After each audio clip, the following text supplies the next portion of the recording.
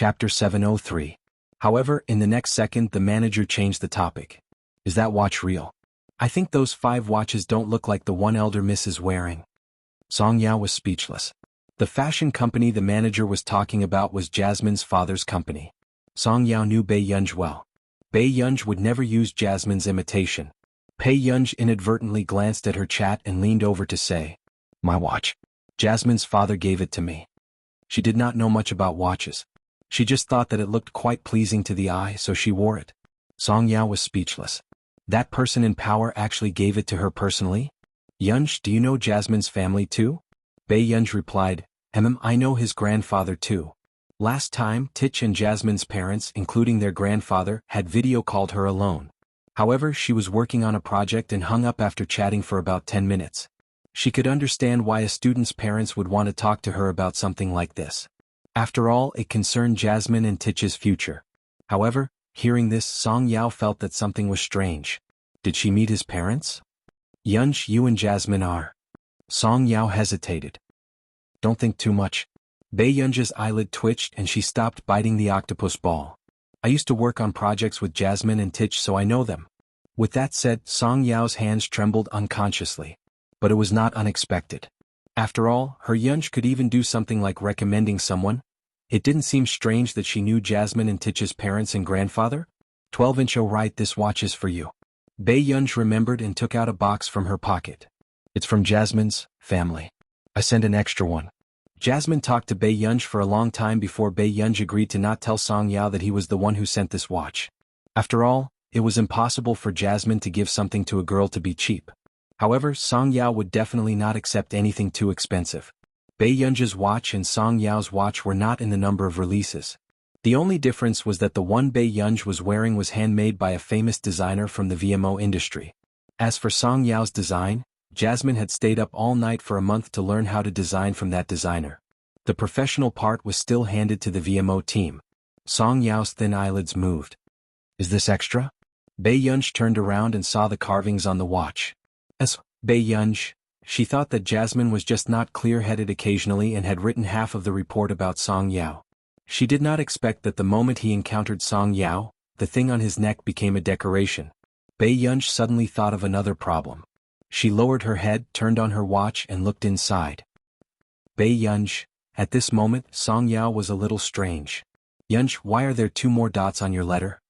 Fortunately, Song Yao did not think too much. Maybe it wasn't designed by one person. Bei Yunj was very calm. Song Yao furrowed her eyebrows. "Then what's with this watch? Did you give it to me or did Jasmine give it to me?" Bei Yunj took a deep breath. "Me." Song Yao nodded and was relieved. She held Bei Yunj's hand and said, "Buy me a fake watch next time. It's too expensive." Chapter 704. Hearing this, Bei Yunj turned and glanced at her. "You're a female celebrity and you're wearing a fake watch? What's wrong with that? When the time comes I'll be on the trending list again." Song Yao's eyes were gentle and pretty, but her words were very thorough. Bei Yunj was speechless. Her mentality was quite good. "You definitely didn't ask me to come over today just to have a meal with me, right?" Song Yao felt that Bei Yunj seemed to be very busy too. Sometimes it was very difficult to contact Bei Yunj. "Yes, there's something. It's not easy to make up my mind." Bei Yunj finished the meatballs slowly and was about to poke another one when she suddenly heard Song Yao's stomach growl. In order to maintain her figure, Song Yao paid more attention to her diet. Even the drinks she bought at the milk tea shop were sugar-free lemonade. Song Yao's face flushed red immediately, but Bei Yunj turned around. "Open your mouth." Hearing this, Song Yao was stunned. She opened her mouth instinctively and was stuffed with an octopus ball. It had been a long time since she had eaten something so sweet. After Bei Yunj threw the box into the rubbish bin, she said, "You're very beautiful now. You don't need to lose weight anymore." Song Yao was 164 centimeters tall and weighed less than 90 kilograms. Besides, Bei Yunj's eyes landed in front of Song Yao, intrigued. "Aren't they all growing where they should be?" Song Yao's ears turned red and she immediately pressed Bei Yunj's hat down. Her gentle voice was angry and shy. "Hooligan." Bei Yunj, whose eyes were dark, was speechless. Pretty good. She had been called a hooligan for 2 days in a row. Bei Yunj and Song Yao strolled as they went to the restaurant, not noticing that people on both sides were paying attention to them. Bei Yunj and Song Yao came to a restaurant. Miss, would you like to have a private room or eat in the hall? The waiter asked with a gentle smile. Single? Song Yao interrupted her. The hall is fine. Then, the waiter hesitated for a moment and glanced at the black card in Bei Yunji's hand that she had yet to take out. Did she have to eat in the hall even with a VIP card? Big sister, let's go to the main hall. Bei Yunji's lips curved into a smile. We'll save as much as we can. The waiter? Do rich people nowadays like to pretend to be poor? Was the VIP card in her hand something that could be bought with money? Song Yao suddenly said, Miss, swipe my card. Bei Yunji? Not long after. Bei Yunji looked at the menu and ordered dishes that she usually didn't eat. However, when Song Yao saw it, she ordered more expensive dishes. He didn't care about his salary card at all. I've ordered everything you like. I didn't know if you liked the rest, so I ordered the most expensive one. Song Yao blinked. Song Yao was indeed capable of dealing with Bei Yunji. Bei Yunji wanted to save money for her, but she wanted to let Bei Yunji know that she didn't mind spending money for her. Bei Yunji was silent for a moment before she laughed again. Alright, thank you, Boss Song. What is it that you can't make up your mind about? Is it about relationships? Song Yao guessed right. Actually, this was not difficult to guess. However, Song Yao didn't think that Bei Yunji couldn't settle other things. Relationships. Bei Yunji hummed in response. However, she did not notice that the old man sitting at the table next door suddenly trembled, as if he was suppressing some kind of excitement. Someone you like? Song Yao was a little curious. Yunji, who do you like? Actually, there were many outstanding boys around Bei Yunji, but Song Yao inexplicably felt that none of them seemed to match Bei Yunji. Seeing that Bei Yunji did not speak, Song Yao probed, Is he from your school? Chapter 705. Bei Yunji was silent for a moment. No, he's already working. Song Yao asked again, Which company is he working in? Huo Corporation. Song Yao was surprised. This was the largest company in the country. What position? Bei Yunji said, President. Song Yao said, a young president in his mid-20s? Bei Yunji was not satisfied. He's not 25 years old. There's only a difference of 4 years. Song Yao was speechless. At this moment, Song Yao felt like she was living in a dream. The president of the Huo Corporation. This was not on the same level as the tycoon she knew in the past. Song Yao could not help asking softly, Do you like him a lot? Bei Yunji thought for a moment. I think so. Song Yao was speechless. Song Yao was a little confused by this answer. However, not long after, Song Yao changed her question. Then do you want to do something intimate with him? Song Yao was a little embarrassed to talk about kissing. But who knew? Bei Yunji was silent for a moment before she suddenly laughed. Her bright and beautiful eyes were a little unruly and deliberate as she said slowly, I do want to sleep with him a little. Instantly, the innocent girl froze and her ears turned red. But it's a little different. Bei Yunji took off her hat impatiently and combed her black hair casually. What's different? Bei Yunji seemed to be silent for a long time. She glanced at Song Yao and looked away. If he gets close to me, my ears will heat up. Song Yao was speechless. Fortunately, it was just a casual remark. She was really worried that Bei Yunji would really roll onto the bed if she liked a man. Then you like him. Yunji, what are you conflicted about? Song Yao asked. Tian, do we have to be together just because we like each other? What about after we get together? Get married. Song Yao did not hesitate. Bei Yunji looked at her and did not say anything. Yunji? Song Yao hesitated. Do you want to date more? Bei Yunji narrowed her eyes. No. Other than Huo Shidu, no one else would be able to get what they wanted. Song Yao thought for a moment and held her hand unconsciously. She said with a smile, Yunji, I can't give you an answer to this either. But wait a little longer, you will know the answer. The Bei Yunji that Song Yao knew was arrogant and unruly. Wherever she went, she was like a ray of light. However, Song Yao could also see that Bei Yunji was unable to make a decision today. It was like a resistance to the unknown. Or perhaps it was fear. But she also believed that Bei Yunji would make the best choice. Huo Corporation. Master Du, aren't you spoiling your little brat too much? As soon as he finished speaking, Yuhan Ran felt the man's cold gaze. Your little princess, your eldest miss, and your queen. Is that enough? Yuhan Ran slumped on the sofa, exhausted. What are you thinking about? Getting a top-notch computer research room for your little girl? Even if your little girl likes computers, she's only at the stage of playing online games. You still want me to contact all the developers and professors just so that your little girl can play computer games in a top-notch research room in the future? The noble and handsome man narrowed his eyes and glanced at the diagnosis and psychological evaluation results in his hand before putting them back in the drawer. He took off his gold-rimmed glasses carelessly and said lazily, "You haven't done it after so long?" "President Hua, do you know how many researchers chased me out when I went out to buy equipment?" Chapter 706. In this scientific research field, there are some people who really can't be bothered with just because they are paid. Like that professor he from before. I told him to let him bid, but he directly used a broom to chase me out. Yuhan Ran said faintly, "Master Du thinks it's simple. Why don't you try it too?" In a month, he had been chased away 7 or 8 times with a broom. He felt that as a domineering CEO he was very aggrieved. "Thank you for your hard work." Hoshidu only responded with a grunt. He took another document and handed it to Yuhan Ran. Yuhan Ran flipped through 2 pages of the contract. This was a project collaboration that he had mentioned to Hoshidu several times that he wanted. But Hoshidu had never agreed. But now, for his little girl he dared to throw out any benefits. Yuhan Ran sighed. "I suddenly feel that my happiness is very cheap." "Then do you still want this happiness?" Hoshidu sat opposite him. His well-defined hands picked up 2 teacups and filled them to the brim. Yuhan Ran immediately stuffed the contract into his arms, afraid that Hoshidu would be inhumane. Yuhan Ran glanced at him faintly. "You dote on this young lady so much. Do you believe that sooner or later she will get a ladder and lift the roof of your house?" "Lift the roof of your house?"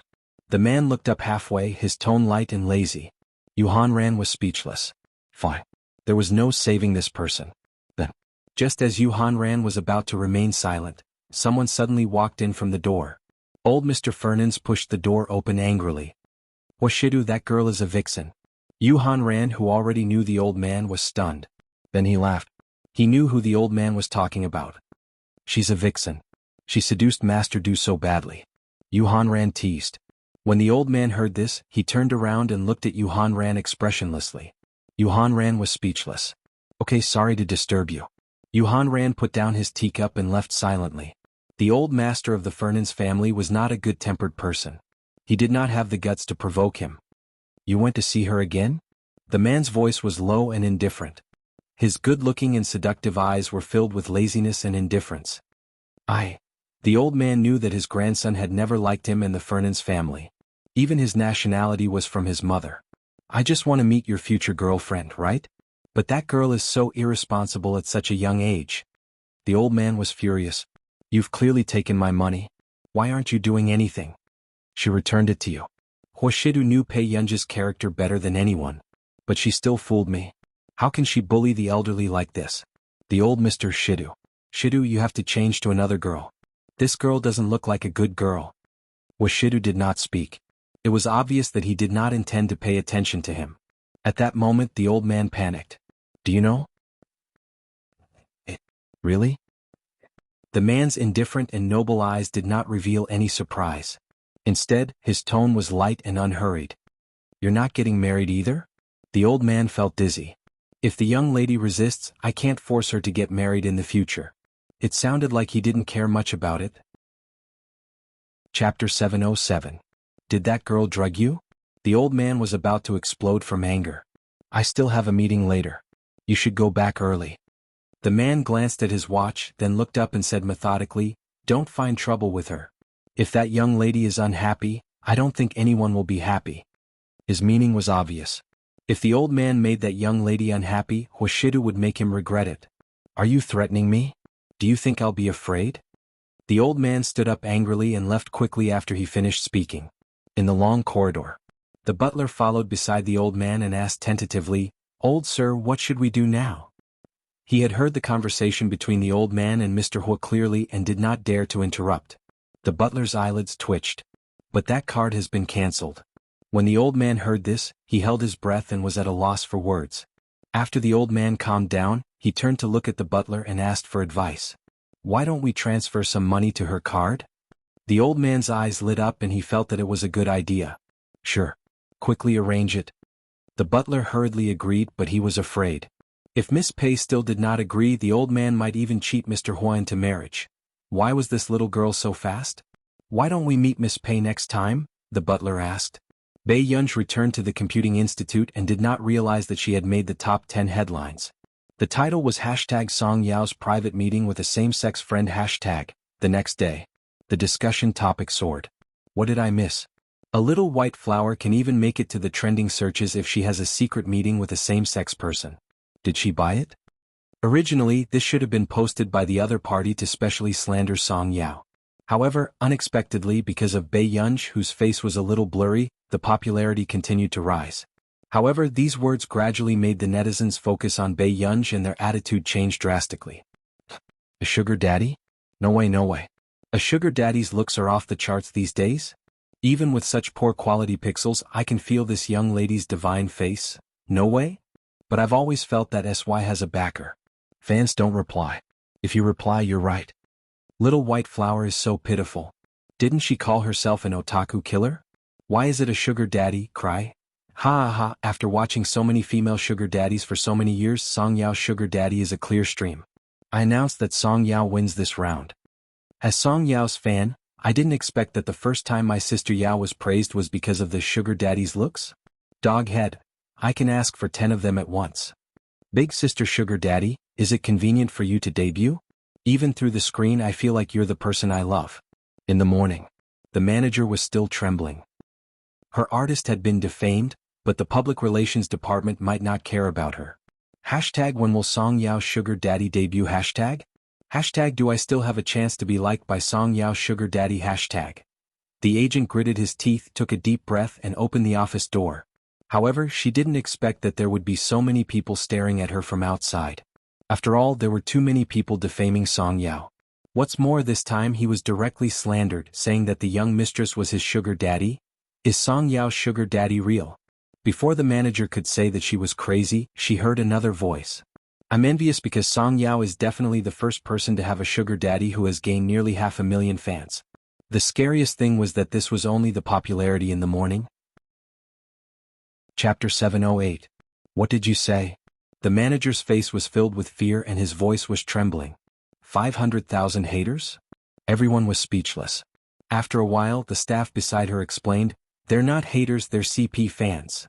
This setting was indeed very interesting. A little white flower, a third-rate female celebrity, and a good-looking rich man. The manager asked, what? It was his first time encountering such a large-scale increase in fans. It was actually because of a rumor about a sugar daddy? Don't tell me this is your marketing? Did you hire her? After someone asked, everyone was stunned. Can I afford to hire her? The manager chuckled. That watch in her hand is comparable to our small company.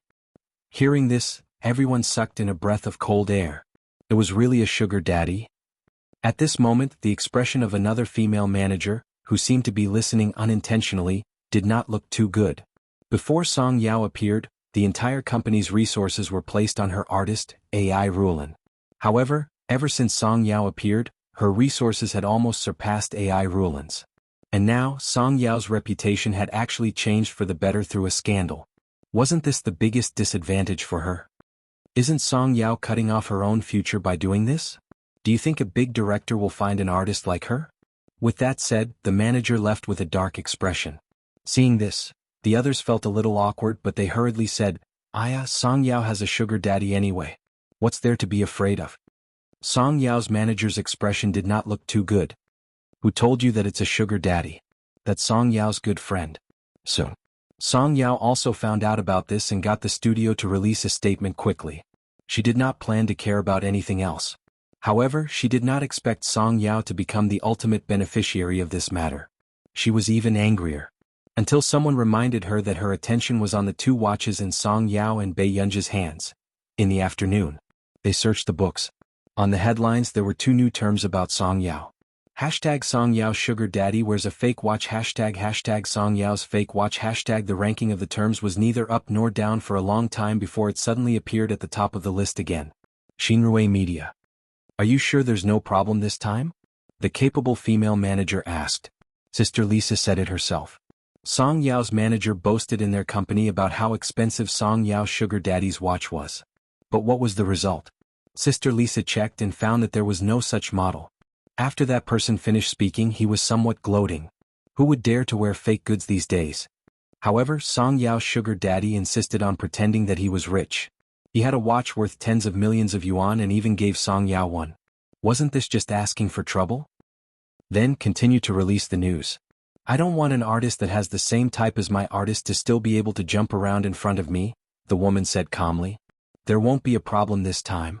If they want to hype up a couple, let's see if they have the ability to do so. At the filming location. Xiao Song, where did you get this watch? The manager hurried to Song Yao's side, ignoring the strange gazes of the others. My friend gave it to me. That Missy? The manager asked. Song Yao nodded. Yes. Take it off and show it to me. Hearing her manager say this, Song Yao frowned unconsciously.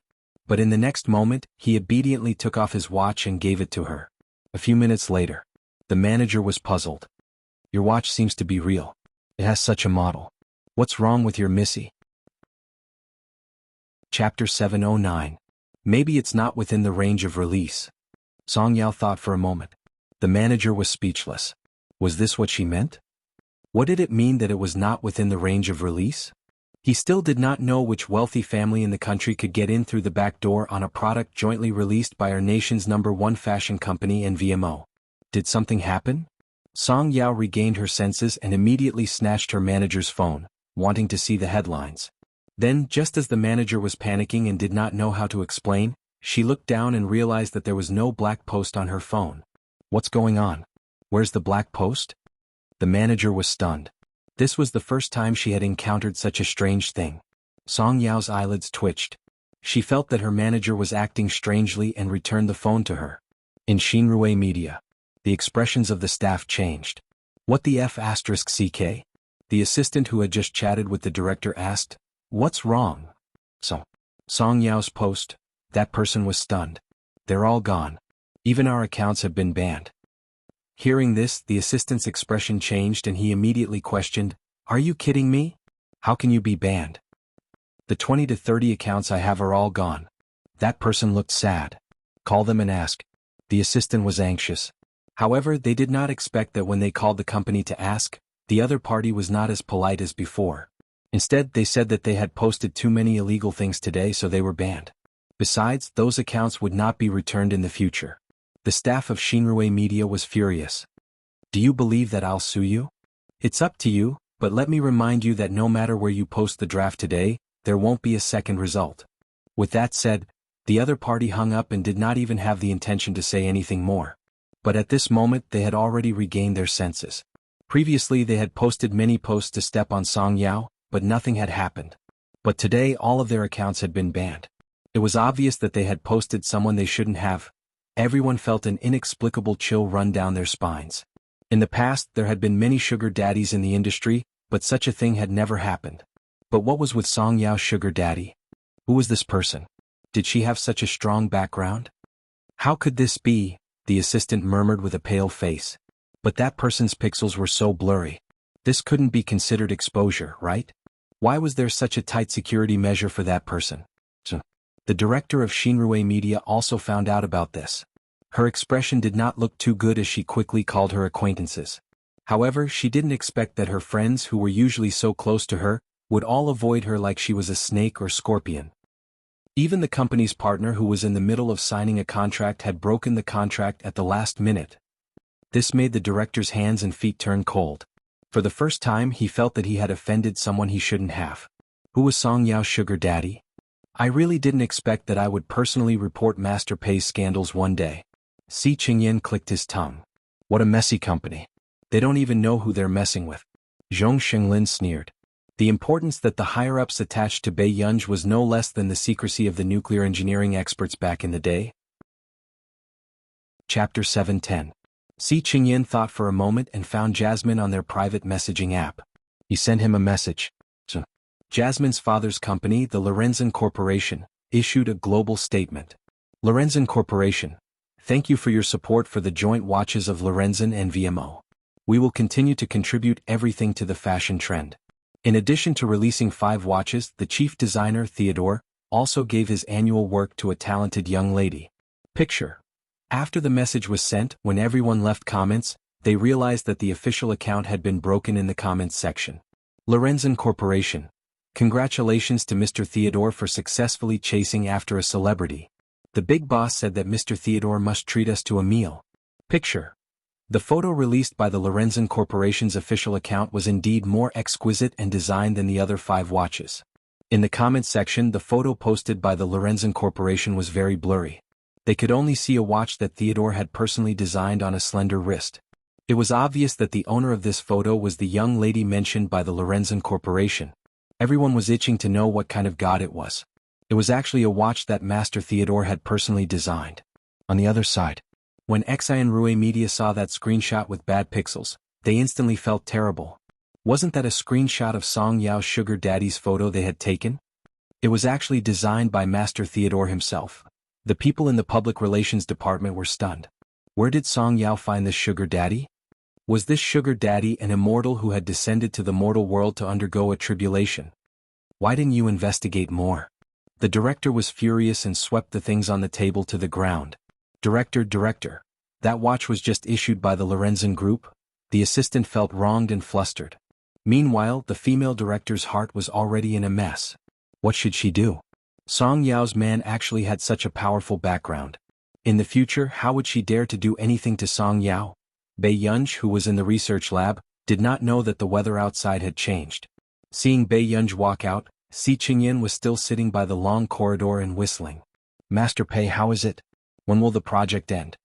Initially, Si Qingyan only wanted to tease Bei Yunj. However, unexpectedly, Bei Yunj glanced at Si Qingyan.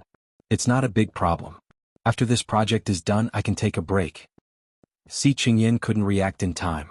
Wait, what are you talking about? How long will it take to finish your project? 2 or 3 months. This project is quite big. Bei Yunj unconsciously raised her eyebrows. Marcus has a project and needs my help. After I finish this project, I'll follow up on his project. Compared to Bei Yunj's first project, the progress of Bei Yunj's project this time was indeed quite slow. Others, on the other hand, would spend decades on a single project. Why was she acting as if she was trying to get results? I heard that Marcus's project has been going on for 2 years. Are you sure you can finish it by the end of the year? Si Qingyan asked hesitantly. Until the end of the year? Bei Yunj frowned unconsciously. Then how could she take a break? In her previous life, Bei Yunj had also worked on this project frequently, making the people in the industry stay away from a devil like her. Chapter 7:11. When Si Qingyan saw Bei Yunj frown, he suddenly felt that he was thinking too much. Just as Si Qingyan was about to speak, Bei Yunj suddenly received a call. When Si Qingyan heard this, Bei Yunj's voice became gentle. Grandma, what's wrong? Director Lin stood by the table cutting flowers and said worriedly, have you seen you recently? Bei Yunj's eyes moved. I've been busy recently. You hasn't come to see me in a long time. Director Lin sighed. I miss him a lot. Then I'll go and see you tomorrow. Bei Yunj nodded and thought for a moment. Director Lin was still amiable. Grandma isn't thinking about you. Bei Yunj was speechless. Shouldn't she hang up? Go take a look at your second brother. Is something wrong? Director Lin asked in a tone that was discussing with Bei Yunj. In fact, Bei Yunj had never rejected any of Director Lin's requests. Okay, Ming, why don't we do it tonight? Tomorrow you can come to my place. I'll cook something delicious for you. When Bei Yunj heard this, she chuckled. Grandma, what do you think of Grandpa Bai? Instantly. Director Lin didn't say anything either. I think it's good to find a partner, Bei Yunj thought for a moment and said. Previously, Director Lin lived with the Qin family, but not long after she moved back. At the end of the day, she was still not used to living with the Qin family. Bei Yunj did not want Director Lin to live alone at her age. If she was with Bai Mingzhang, she would have a companion. Child, why are you always worrying about such a mess all day long? With that, Director Lin hung up in a hurry. I still have something to do. Go back to the Qin family early. Seeing that Bei Yunj wanted to say something but hesitated, Si Qingyan wanted to laugh. This was the first time he had been hung up on. Master Pei, which ancestor made you give in? Si Qingyan asked. Dean Lin Lanjun. Bei Yunj glanced at him and knew that Si Qingyan had always treated Director Lin as his idol. As expected. Hearing this, the smile on Si Qingyan's lips froze. What did he miss just now? So, his idol was so close to him just now?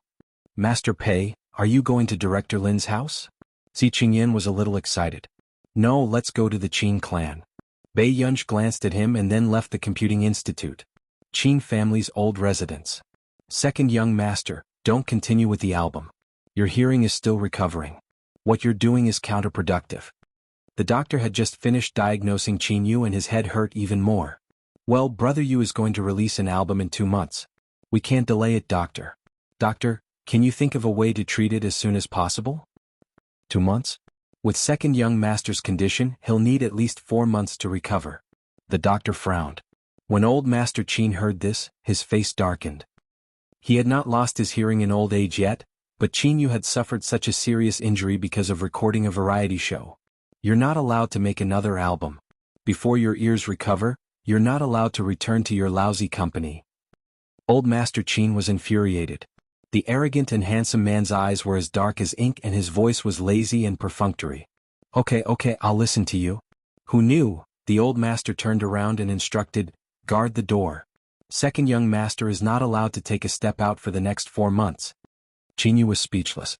Before Bei Yunj, who was at the door, could walk in, she heard the old master's loud voice. Chapter 7:12. The corners of Bei Yunj's lips curled up and she could not help but laugh. Where did this old tyrant come from? Grandpa. On the surface, Bei Yunj still did not want old Master Qin to fly into a rage out of humiliation, so she called out politely. In the next moment, when the old master heard that it was his granddaughter's voice, his expression softened when he turned around. The 3 grandsons present were speechless. You still know how to come back. I thought you didn't want Grandpa anymore. You heartless bad girl. Although the old master said this, he held on to Bei Yunj, unwilling to let go of his granddaughter's hand. If it was in the past, the old master would not speak to Bei Yunj like this. He always felt that his granddaughter was introverted and might take his words seriously. However, the current Bei Yunj was even more troublesome than her 3 brothers. With one sentence she could make the old master's beard explode with anger, and with another sentence she could coax the old master's heart. She liked to torture people, but was not stingy with apologizing and coaxing people. With such a bad personality, although the elders did not say it out loud, they doted on her very much. Even Qin Yu and the other 2 could feel that the old master was being led by the nose by his granddaughter and did not know it. I'm heartless. Bei Yunj's eyes curved and she placed the snacks she had prepared on the table.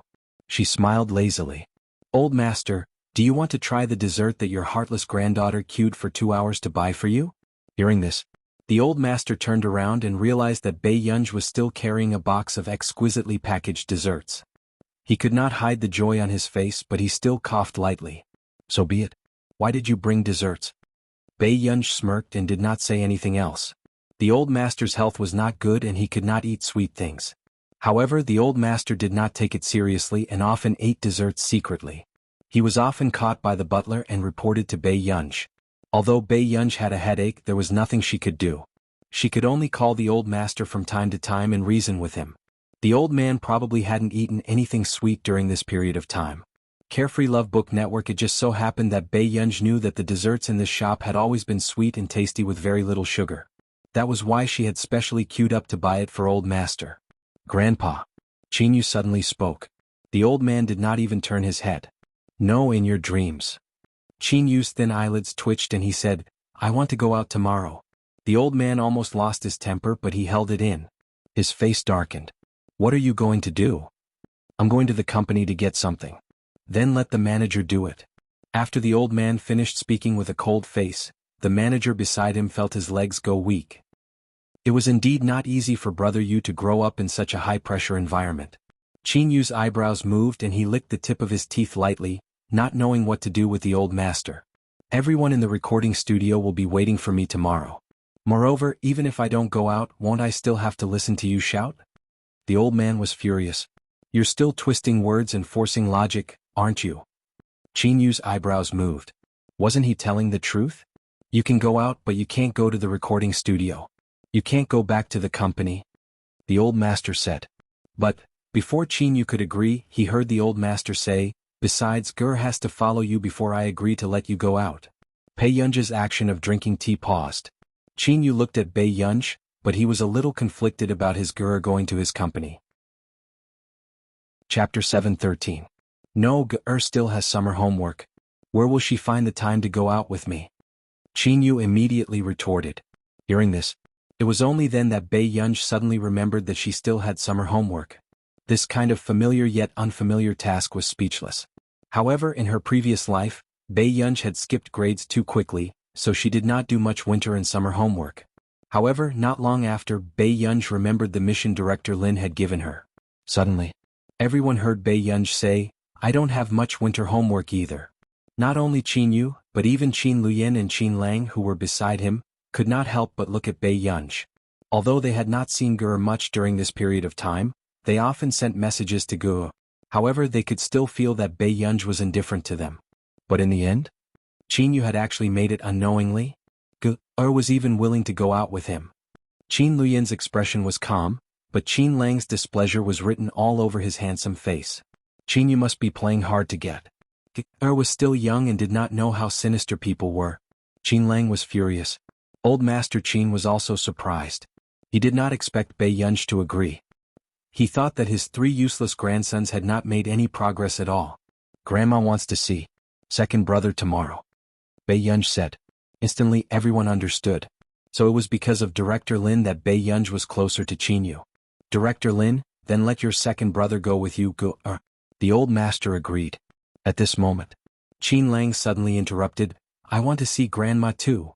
The old master's eyelid twitched. Why were his 3 grandsons so thick-skinned now? They even called her Grandma directly? "Does she know you? Why are you going?" The old master chuckled. Previously, when Director Lin was recuperating in the Qin family, Qin Lang was the only one who had not returned. Now, he still had the cheek to visit Director Lin? "What does Grandma need? I can buy something for Grandma." Qin Lang looked at Bei Yunj with a pitiful look in his bright black eyes. Even his unruly short silver-white hair made him look like a little puppy, making people want to reach out and rub him. Bei Yunj remembered that in the original plot, Director Lin did quite like Qin Lang. But in this life the two of them had never met before. She didn't know why Qin Lang suddenly wanted to meet Director Lin. "I'll ask Grandma." Bei Yunj looked at Qin Lang indifferently and did not reject him directly. However, according to Bei Yunj's temper, she would not reject Qin Lang directly.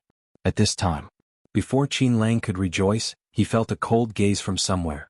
He turned around and saw Qin Luyan retracting his gaze. His posture was refined and noble, and his handsome eyes were elegant and indifferent. Thin gold-rimmed glasses were placed on his high-nose bridge, and the light hid the darkness in the man's eyes. At first, Qin Lang thought that he had sensed wrongly. However, when he turned around, that cold gaze gathered on his back again. Qin Lang was speechless. Then Qin Lang turned around and Qin Luyan slowly retracted his gaze. He was working. If he wanted to accompany Gur to Grandma's house, just say it. Why was he still acting so mature and steady? However, on the surface, Qin Lang still did not have the guts to argue with Qin Luyan.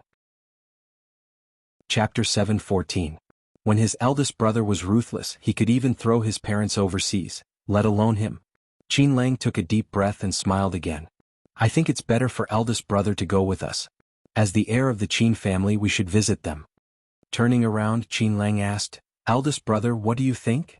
Qin Luyan only looked at Bei Yunj, his low and calm voice sounding a little gentle. "I'll listen to Gur." Qin Lang was speechless. "I'll make a call and ask." With that said, Bei Yunj went outside to call Director Lin. When Director Lin heard this, she was a little surprised, but she hurriedly replied with a smile, "Of course you're welcome. If you don't mind." From the bottom of her heart, Director Lin hoped that Bei Yunj could have a good relationship with her 3 brothers. Therefore, when she heard that Bei Yunj wanted to bring them over, she was even happier. "Okay. Then don't get anyone to prepare any gifts for me," Director Lin instructed. "I'll listen to you." After Bei Yunj was done chatting, she hung up the call and told Qin Yu and the rest. The next day, Bei Yunj arranged an early time, saying that she hoped that Qin Yu would go with her to pick out some gifts and ask the old master to let them out. However, in reality she remembered that Qin Yu wanted to return to the company. On the way, "Gur, get in." After Qin Yu got out of the car, he opened the door for Bei Yunj. However, Bei Yunj only stood on the spot. "If you want to go back to the company, you can go back now. Grandma said yesterday that you don't need to bring gifts." She did not plan to let the 3 of them have a good relationship with her Director Lin. Although Qin Yu's relationship with Director Lin was already good enough, Qin Yu was stunned. He did not expect Gur to find an excuse for him on purpose. "What about you, Gur? I'll go and pick something. You can go to Grandma's when you're done," Bei Yunj said as she glanced at her watch. However, Qin Yu frowned. Although the weather was not very hot, his Gur was a girl with delicate skin and tender flesh. Qin Yu thought for a moment and said, my manager knows quite a lot about what the elders like. How about this?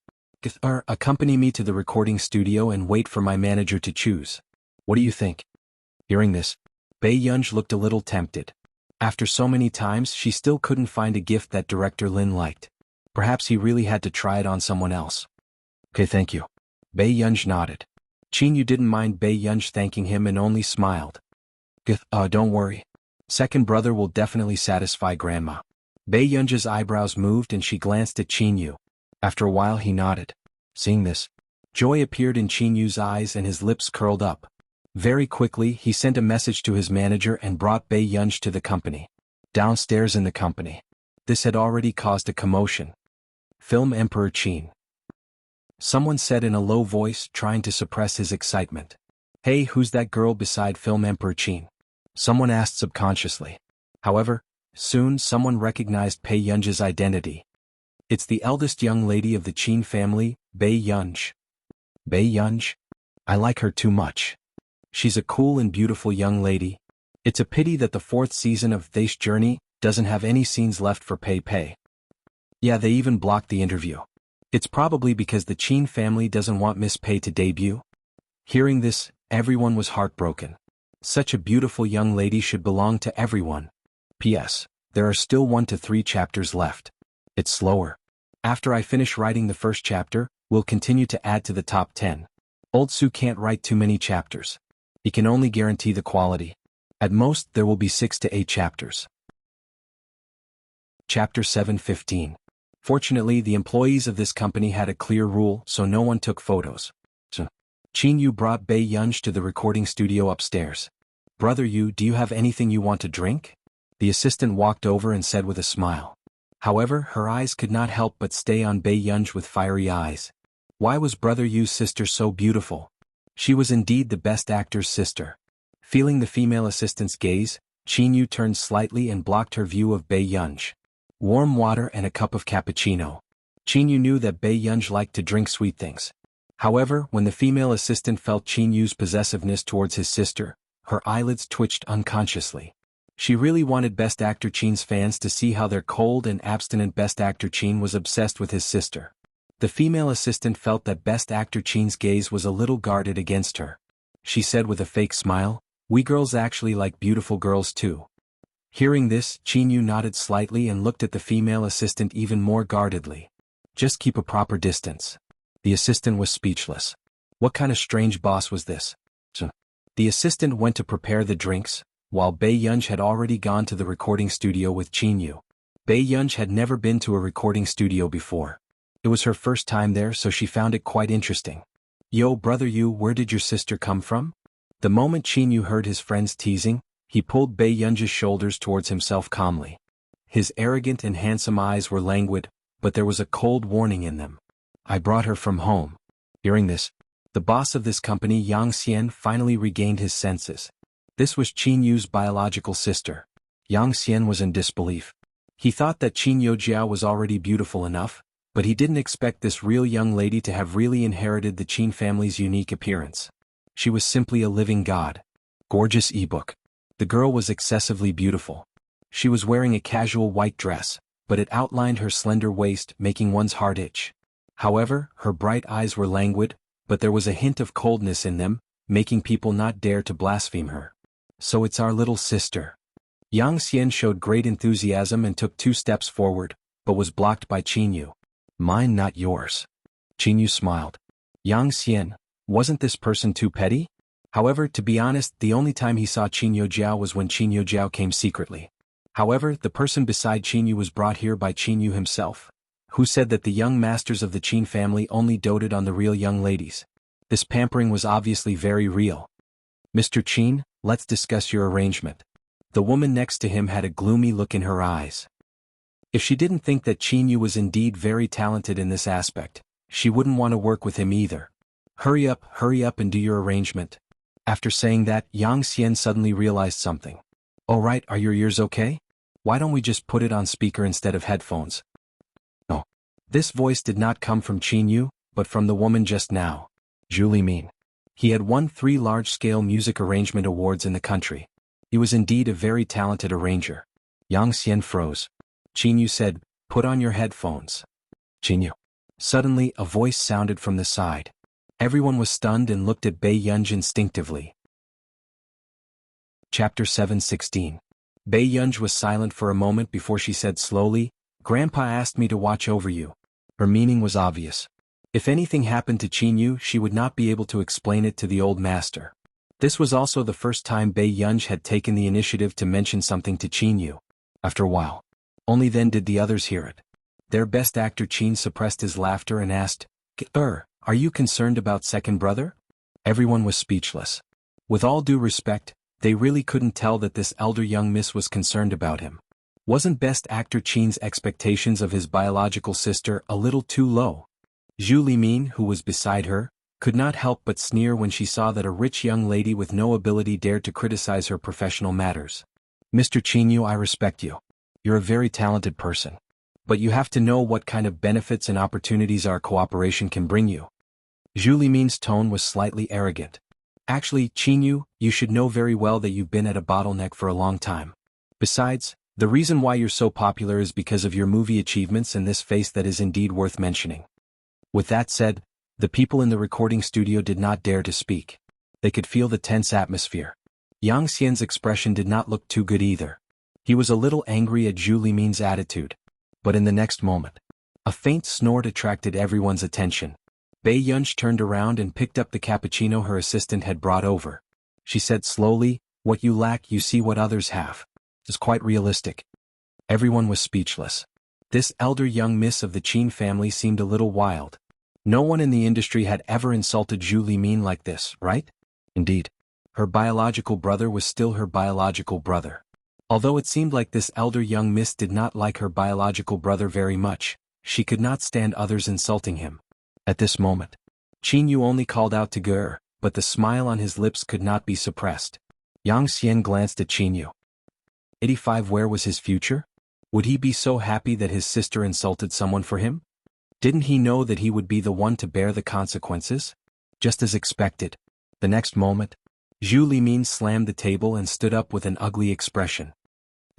Sister Min, don't argue with a child." Yang Xian hurriedly smiled apologetically. "You're already an adult but you're still a child?" Zhu Limin sneered. "That's true. A child who grows up with a silver spoon in his mouth will never grow up." After that, the others didn't know what to say. In fact, most people knew that Bei Yunj had entered the Qin family when she was 17 years old. It had only been exposed recently. "Madame Zhu." The man's indolent and dignified eyes were as dark as ink. His tone was cold and carried a hint of warning. It was obvious. Zhu Limin had crossed Qinyu's bottom line. "Qingyu, you're not the only one who contacted me. Other than you, several top singers have also contacted me." Zhu Limin narrowed her slender eyes and suppressed her anger. She smiled and said, "I chose you because you are indeed talented. But I don't want this product to be eliminated from the market because of a bad cooperative attitude." After all, they were people from the entertainment industry. Zhu Limin still wanted to fight for a win-win cooperation and make Qinyu's attitude better. "Let's look at the arrangement." Qingyu glanced at Zhu Limin, but seeing that there were so many staff present, he could not let them work for nothing. Then, Qingyu instructed Bei Yunj a few times and only used his uninjured ear to listen to the arrangement. Chapter 7:17.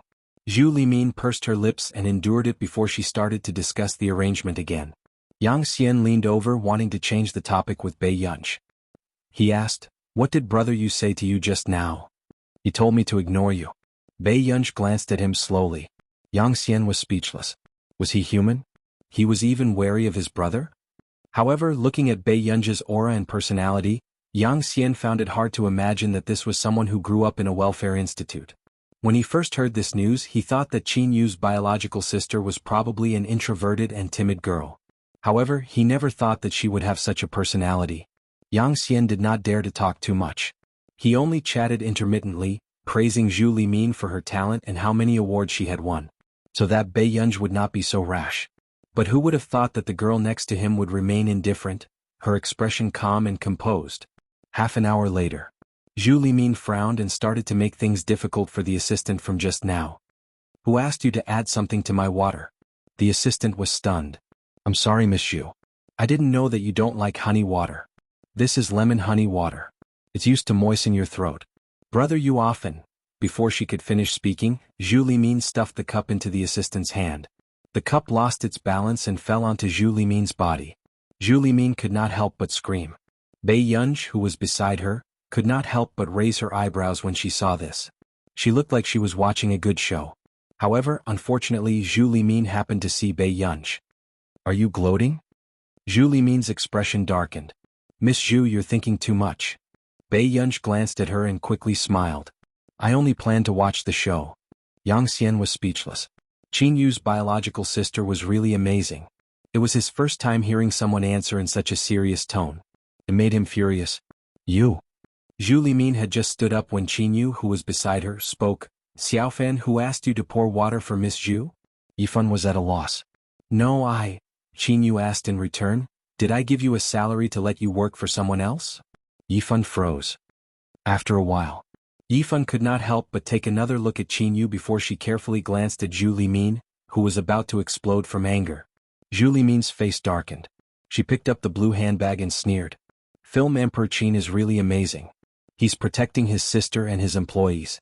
Let's see if you can protect the reputation and sales of your next album.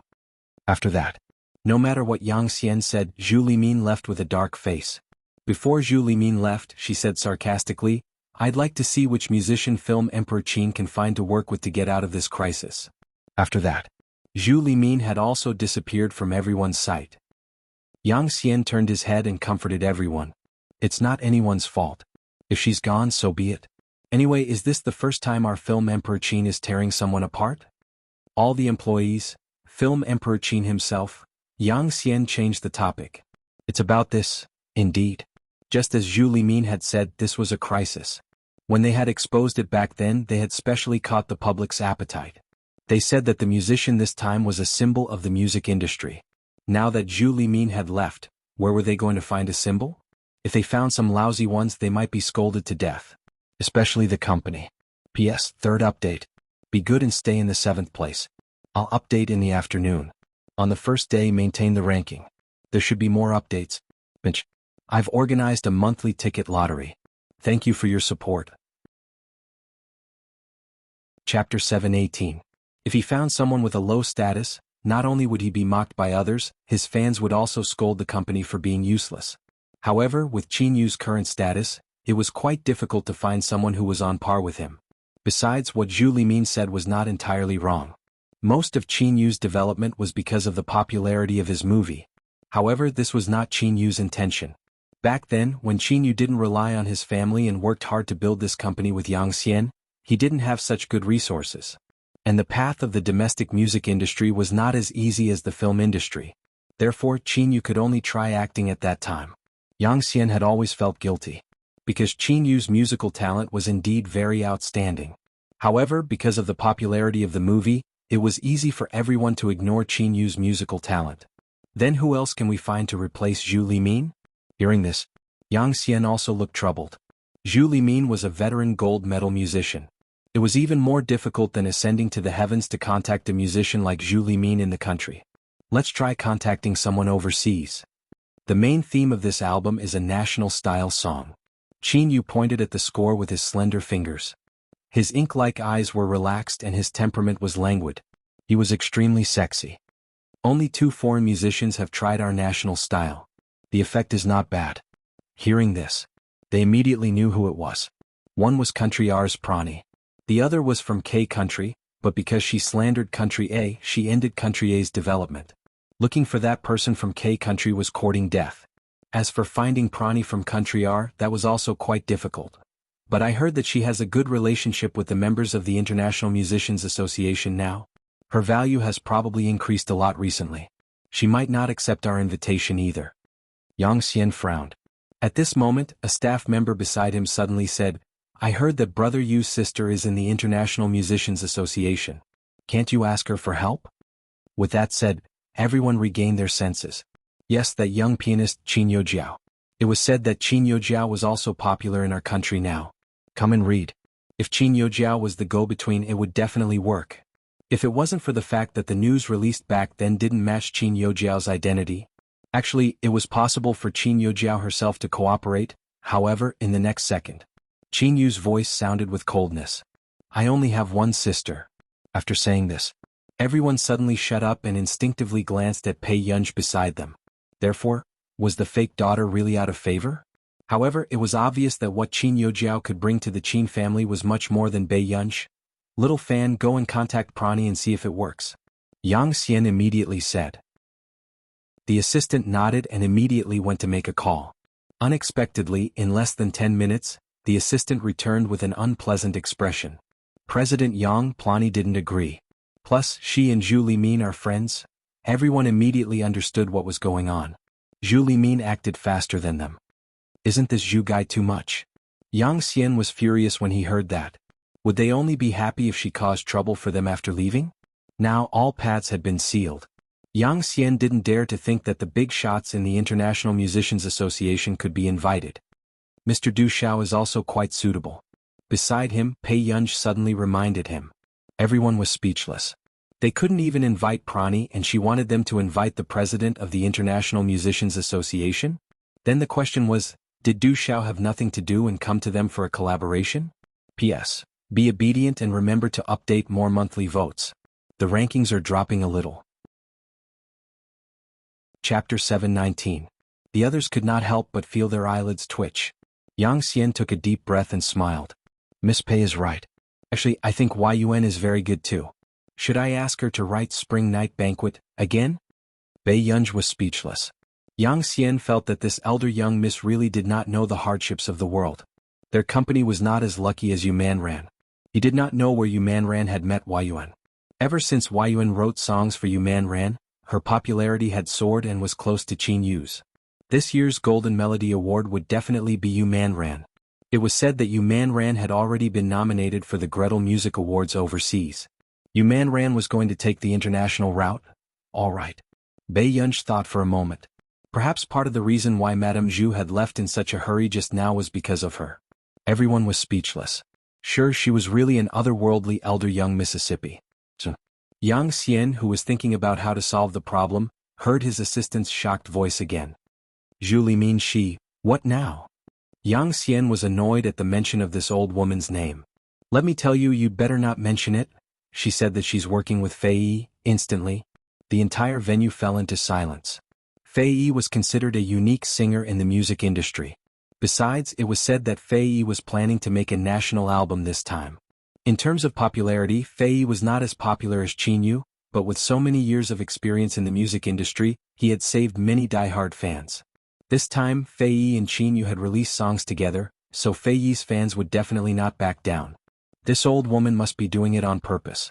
She knows that Fei Yi and we are competitors this time. Yang Xian gritted his teeth. Besides, Zhu Limin knows all our arrangements. She must. Hearing this, Bei Yunj went forward to pick up Qin Yu's arrangement drafts and slowly glanced at them. This made the others look at Bei Yunj a few more times.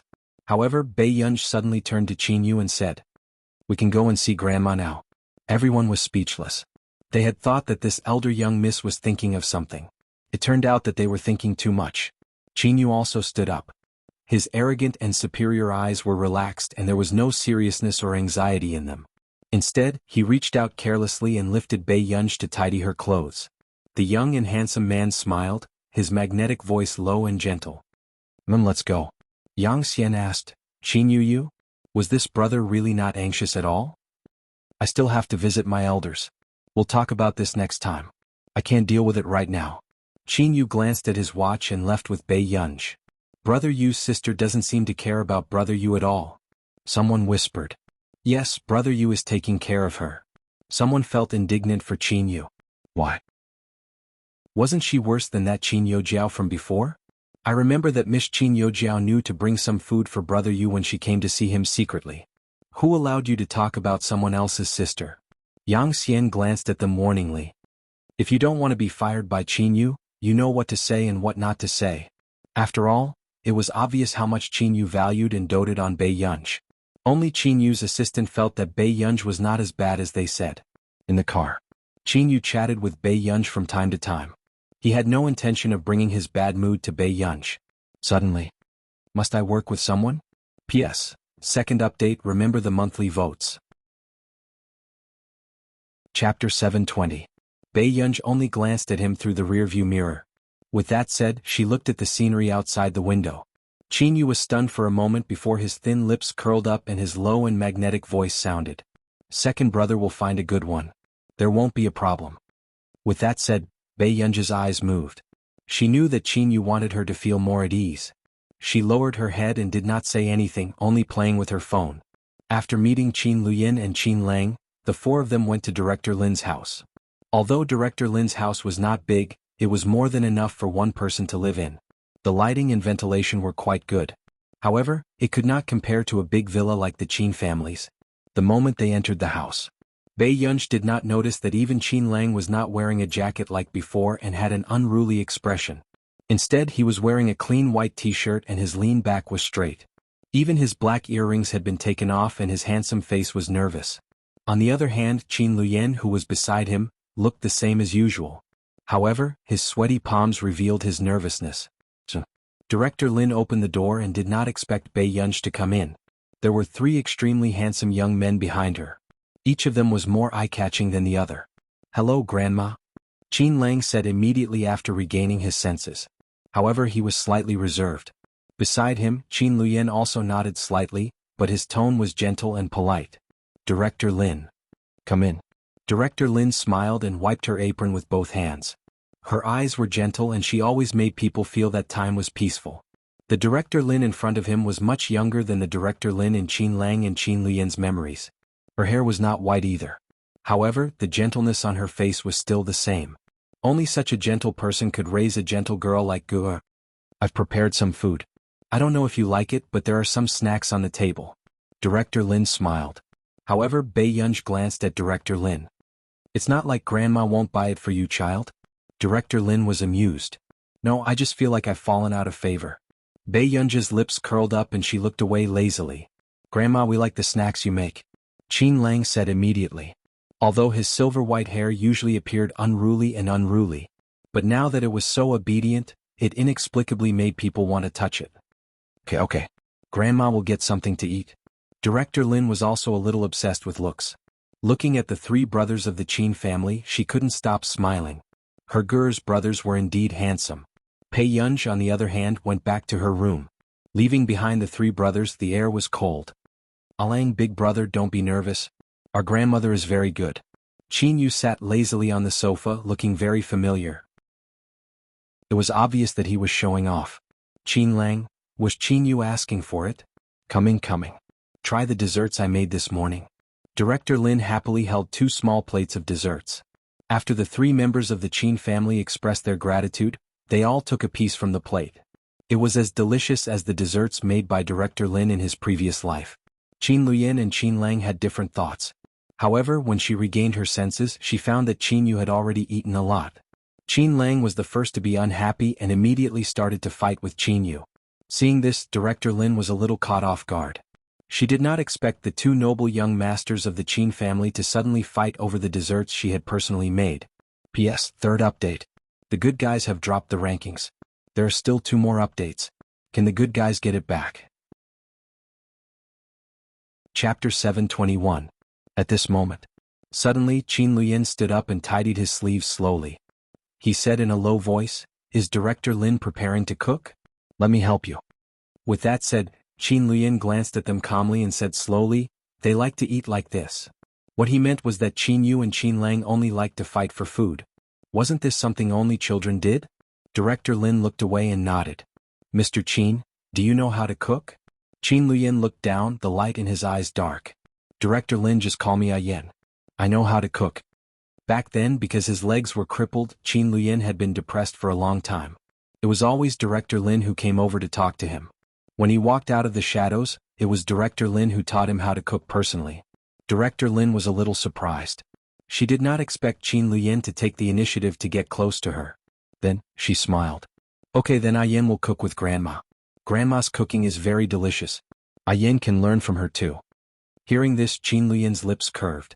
Very quickly he took off his suit jacket, revealing his muscular waist. The sleeves of the white shirt inside were also slowly rolled up. It looked like it was the first time a rich young master had cooked. However, When Director Lin started to cook, she realized that Qin Luyin really knew how to cook. Even the amount of seasoning she asked Qin Luyin to add was just right. This surprised Director Lin a little. "Yin, do you cook often?" Director Lin had a feeling that this upper-class young master, who looked like he did not do any household chores, really knew how to cook. "I did for a while." Qin Luyin smiled. Then, when Director Lin was about to bend down to take something, Qin Luyin took it for her faster. Chapter 536 Literature. "Grandma, if your waist hurts again, let me cook." Director Lin was stunned. "Yin, how did you know that my back hurts?" A dark look flashed past Qin Luyin's eyes, and his eyes were gentle and obedient. "I saw you pat your back just now." No one could imagine how Qin Luyin had sent Qin Yojiao away back then. It was even harder to tell that this person could do something like force her to abdicate. "I see." Although Director Lin did not remember when he had patted his lower back just now, he did not think that Qin Luyin would lie to him. Subsequently, Director Lin didn't leave either. Instead, she watched Qin Luyin cook while she helped him. "Yin, give Guru some more time. That child isn't someone who would go to a dead end." Director Lin smiled at Qin Luyin in a chatting tone. Qin Luyin stopped washing the rice and said in a low voice, "I woke up too late. There were some things that couldn't be changed even if they were reborn. As long as you put your heart into it." Director Lin helped Qin Luyin tidy up his sleeves that had slid down. "Some things will cause cracks in people's hearts for the rest of their lives." She smiled gently. "It's funny to pretend to be peaceful, but it's sad that we can't cross this hurdle." Principal Lin had watched his young lady grow up with his own eyes. He knew that his young lady couldn't possibly hate these three people. Even now, Gur was very different from before, but her heart was still kind. Gur is a gentle person. She was in the past and still is. Director Lin smiled and said, "You guys are good children too. Grandma likes all of you very much." In the room. Chapter 722. Bei Yunsh crumpled the score again and stuffed it into her pocket. She called Yu Manran. You still know to look for me?" Yu Manran sounded aggrieved. She had seen the headlines last time. The girl beside Song Yao was definitely Bei Yunsh. Was actually so good to Song Yao. They clearly knew each other first. "Your relationship with Song Yao is too good." Do you not like me?" "We clearly knew each other first." Yu Manran didn't try to hide it, and her tone was a little pitiful. Bei Yunj was speechless. What were they thinking about? "Yao Yao's dessert is quite delicious," Bei Yunj thought for a while and explained casually. Yu Manran was speechless. He didn't expect that the saying, "if you want to capture a man's heart, you have to capture his stomach first," was also applicable to women. "I, Yu Manran, have long legs and a slender waist. I'm the young lady of a super wealthy family, but I was defeated by a small biscuit," Yu Manran said faintly. Bei Yunja's eyelids moved and she said, Man, I need your help with something." She took out the ball of paper from her pocket and looked at it for a while before saying, "I want to collaborate with Qin Yu on an album." "I heard that the person who collaborated with Qin Yu on the album is Zhu Limin, right?" Yu Manran had also looked for Zhu Limin before, hoping to work together. In the end, Zhu Limin didn't like her and chose another singer. However, what was regrettable was that ever since that time, Zhu Limin had been unable to write a hit song and was criticized for not being as capable as before. This also made Yu Manran feel confident that he was a coy. "I saw her in the morning," Bei Yunj added. "She left quite angrily." Yu Manran started to suspect that she had left because of Bei Yunj. "Then why don't you tell Qin Yu directly? After all, he's your second brother." Yu Manran asked in confusion. "There's no need for that. I'm partly responsible for what happened this time." Bei Yunj said slowly, "Ask them to send you the score and then send it to me." "Alright, I got it." Subsequently, just as Bei Yunj went out, she heard Qin Yu answering a call. "What is it?" Qin Yu's voice was a little indifferent, with an imperceptible coldness. The person on the other end of the conversation was Qin Yojiao. She had heard from Pulani that Qin Yu had asked her for a collaboration, but Pulani had rejected him. Qin Yojiao laughed, her voice soft and gentle. "Second brother, is there a problem with your album? Actually, I can help you. Prani and my teacher know each other. If there's nothing else, I'm hanging up." With that said impatiently, Qin Yu wanted to hang up. But in the next moment, Qin Yojiao hurriedly said, "Wait. The people not far away probably knew who the caller was." Bei Yunj lowered her eyes and thought for a moment before she sent a new message to Yu Manran. "No need." Then, Bei Yunj returned to her room and started reading. At this moment, in the long corridor, Qin Yojiao was persuading Qin Yu. Second brother, actually, I'm not worse than Pulani. If you don't want to work with Pulani, you can work with me. I'm already an E-rank member of the International Musicians Association.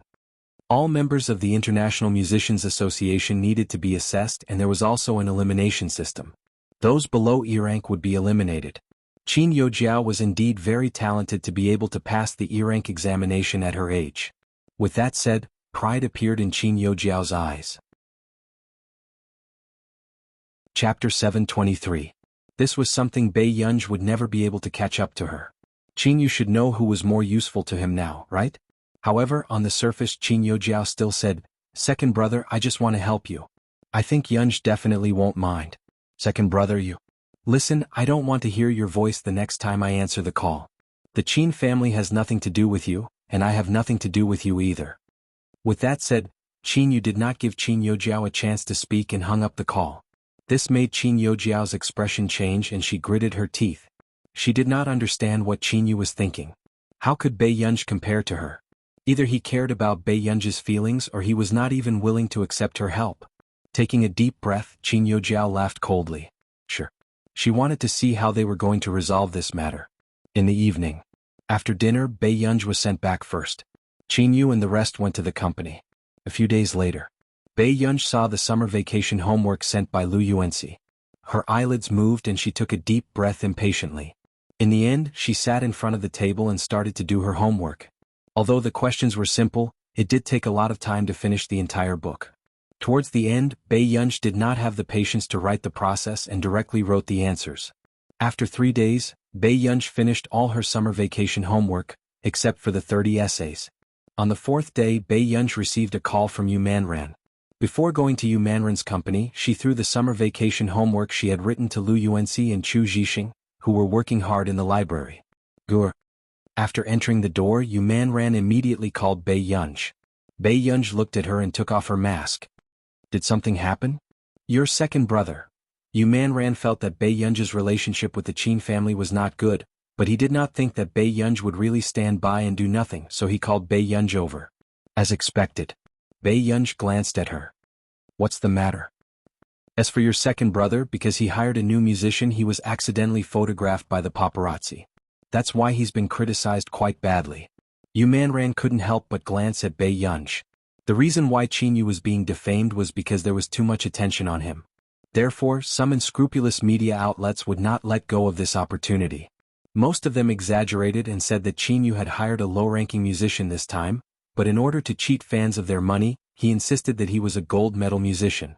However, what Yu Manran found even more indescribable was that because of this incident, the new musician actually went back on his word.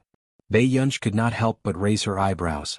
She never thought that Qin Yu wouldn't ask Qin Yojiao to help him. All this time, Bei Yunj had never thought that Qin Yu really planned to cut ties with Qin Yojiao, including Qin Lang and Qin Luyan. Do you want to interfere? Yu Manran asked cautiously. Get them to send the manuscript over before 8. Bei Yunj thought for a moment and said calmly. In the end, this was also the original owner's wish. Okay. Yu Manran smiled and heaved a sigh of relief. As a friend, Yu Manran still hoped that Bei Yunj could have a few more family members who could enter her heart. He didn't want to shoulder everything by himself. He didn't know where this habit came from. In the afternoon, many people were watching the commotion, including Qin Yojiao, who was far away in our nation. However, no one expected Yu Manran's studio to suddenly update a post. Yu Manran studio. Who is it? Who said that our Yun is a low-ranking musician, aggrieved? Then let's welcome our low-ranking, super, celebrity, artist, Yun's annual work. It will be a heavy hit. Please pay more attention to Best Actor Qin's new album Qin Yu Studio. P.S. 2 more chapters. 6th place on the monthly votes list. It's been hard on my good guys. Keep it up and continue to update in the afternoon. There will also be additional chapters. Chapter 724. Now Fei Yi's fans were about to explode. It's teacher Zhu Limin? My child is so awesome. Haha, are you guys responding to Best Actor Qin? Best Actor Qin's career in the entertainment industry has been smooth. I didn't expect him to fall because of a new album. So, what's going on with Best Actor Qin's family? They didn't manage to invite a musician and are still trying to convince the fans? Gold medal musician? Isn't that teacher Zhu Limin? Fei Yi's fans had long disliked Qin Yu's family, but Qin Yu had too many film and television achievements. He was indeed worthy of being the best actor of Sanchi. But this time, since they had a chance, of course they had to trample on him. Including Zhu Limin. After seeing the comments online, she felt exceptionally happy. That Qin Yu, including that ignorant sister of Qin Yu, should pay the price for humiliating her back then. So, everyone saw that after Zhu Limin reposted it, she sent a message. Zhu Limin, I like young people who love music. This also gives me more inspiration. Not relying on a fan base or marketing. The meaning was obvious. She was mocking Qin Yu's family. Relying on fans and marketing was not true love for music. Not long after. Hashtag Zhu Limin Qin Yu hashtag was trending again. Most of them were on Zhu Limin's side. After all, Zhu Limin had a certain status in the music industry. And Qin Yu was in a mess because of the new musician. So, another group of people started to criticize Qin Yu. However, about half an hour later. However, no one expected Yu Manrin Studio to suddenly update a post. Yu Manrin Studio. Who is it? Who said that our Yun is a low-level musician? Aggrieved. Then let's welcome our low-level, super, Yun's annual work that we have created with all our might. It will be a heavy hit. Please pay more attention to Best Actor Qin's new album Qin Yu Studio. Everyone who suddenly received this message was shocked. So, the person Best Actor Qin was really working with was Yun? You said that Yun is a gold medal musician. Are you forcefully lowering Yun's status? She's a proper musician. Haha, you said that Yun is a gold medal musician. Have you considered Yun's feelings? Teacher Yun actually opened a small account. Crazy bird. No way. Our Yun has a low ranking? Song is the pinnacle. She single-handedly groomed the top singer, Sister Man. She's a member of the International Musicians Association in Country A. Her latest song, Spring Night Banquet, has been praised as the best national style, both at home and abroad. I want to ask, which composer is better at fighting than our Yun? At this moment, everyone who had been eating melons for the past few days felt their scalps go numb. Then what about the new musician? Everyone was still a little stunned and could only click on the personal page of the new musician who had become popular because hashtag new musician Yaojia rejected Qin Yu's request hashtag. Yaojia, thank you for your concern. I've been very busy recently and didn't accept teacher Qin Yu's invitation. His meaning was clear. Qin Yu had invited him, but he had rejected him. Looking at this statement, Qin Yu's fans did not dare to say anything. After all, the photos had been taken, but he didn't expect that. In the end, the person Qin Yu was working with would be Yun. This time, Qin Yu's fans could finally hold their heads high. Many passers-by also came over to watch the show. Are you there? The weather is very good today. I think Best Actor Qin should be drinking tea and chatting with Yun. Take a guess. Will the winner of this year's Golden Melody Award and Gretel Music Award be you or Yun? P.S. I've changed a little. Babies, can you look at the previous chapter again? Pinch your face. You've fallen from 7th place in the monthly votes list. Be good, remember to vote and maintain the updates. Good evening, young ladies. Chapter 725. Brother, I know you're a little talented, but don't scam others. You accidentally scammed a god. Ha ha ha. Is Ning saying that Best Actor Qin can't afford to hire you so he can only look for Yun? At the same time, other than fans, there were also some famous musicians who followed Yu Manrin Studio. It was not because of anything else, but because in the past, news of Yun could only be found through Yu Manrin Studio and the official account of the International Musicians Association. So, the big shots in the industry followed Yun's account and reposted this post to express their doubts. Everyone clicked on it and saw that they were all professors of XX Music Academy, classical musicians, and members of the International Musicians Association. Everyone's heart ached. This new musician had failed miserably. He had just started working and he had already scammed Yun. At the same time, seeing this message, Xiao Jie almost lost his grip on his phone and his scalp started to turn numb. Yun? How did this happen? He just felt that compared to being mocked with Qin Yu, it was better for him to use Qin Yu's popularity to climb up. However, who would have thought that Qin Yu would actually invite Yun? If Qin Yu could invite Yun, why would he invite him? Xiao Jie could not figure it out, but the truth had already happened. His face paled. Not long after, the 2 interviews that he had arranged previously called to cancel. It's over. Xiao Jie's voice was trembling. Everything he had worked so hard to manage was gone. In less than an hour, Yun had gained nearly 300,000 fans. However, she did not send any messages for a long time. Even her profile picture was pure white and there was no introduction. Suddenly, he turned off Yun's fans and realized that Yun had updated her status. Yun, young people only want to earn money. The moment the message was sent, the comments section exploded. Ah, in my lifetime, it's Yun who spoke. Ha ha, Yun is so down to earth. I love your work so much. Yun seems to be replying to someone. It must be Zhu Limin. Just now, Zhu Limin said that best actor Qin doesn't really love music and only wants money from marketing fans. Yun is so ruthless. I didn't dare to speak just now, afraid that I would be treated as Qin Yu's fan.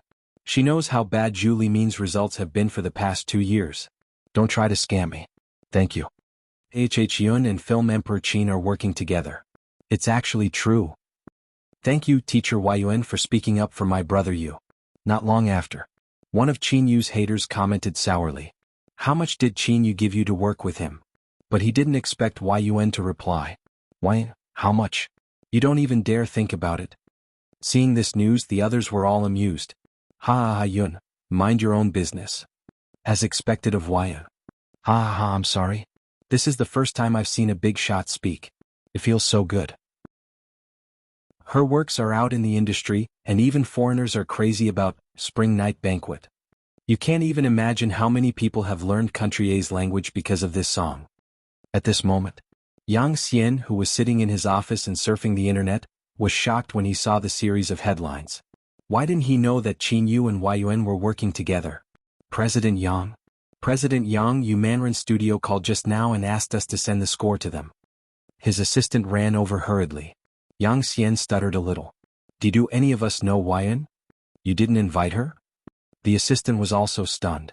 P.S. Second update, remember the monthly votes.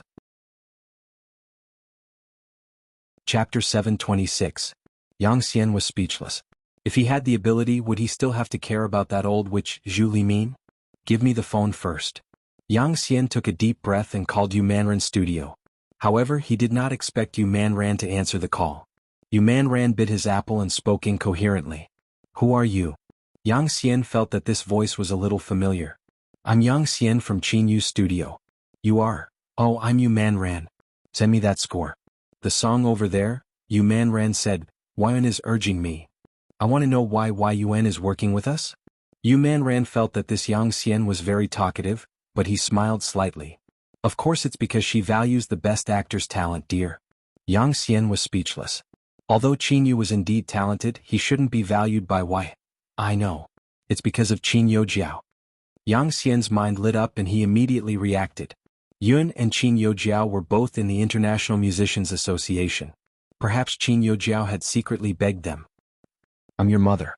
Yu Mandarin almost cursed. She took a deep breath and said with a smile, our Yun has nothing to do with some people. With that said, Yu Mandarin hung up the call angrily. Yang Xian was still confused.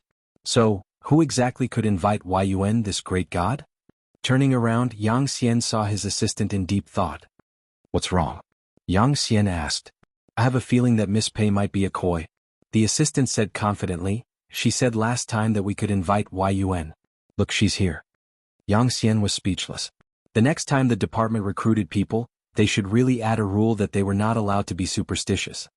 Go and inform Qin Yu about this. Yang Xian rubbed between his eyebrows.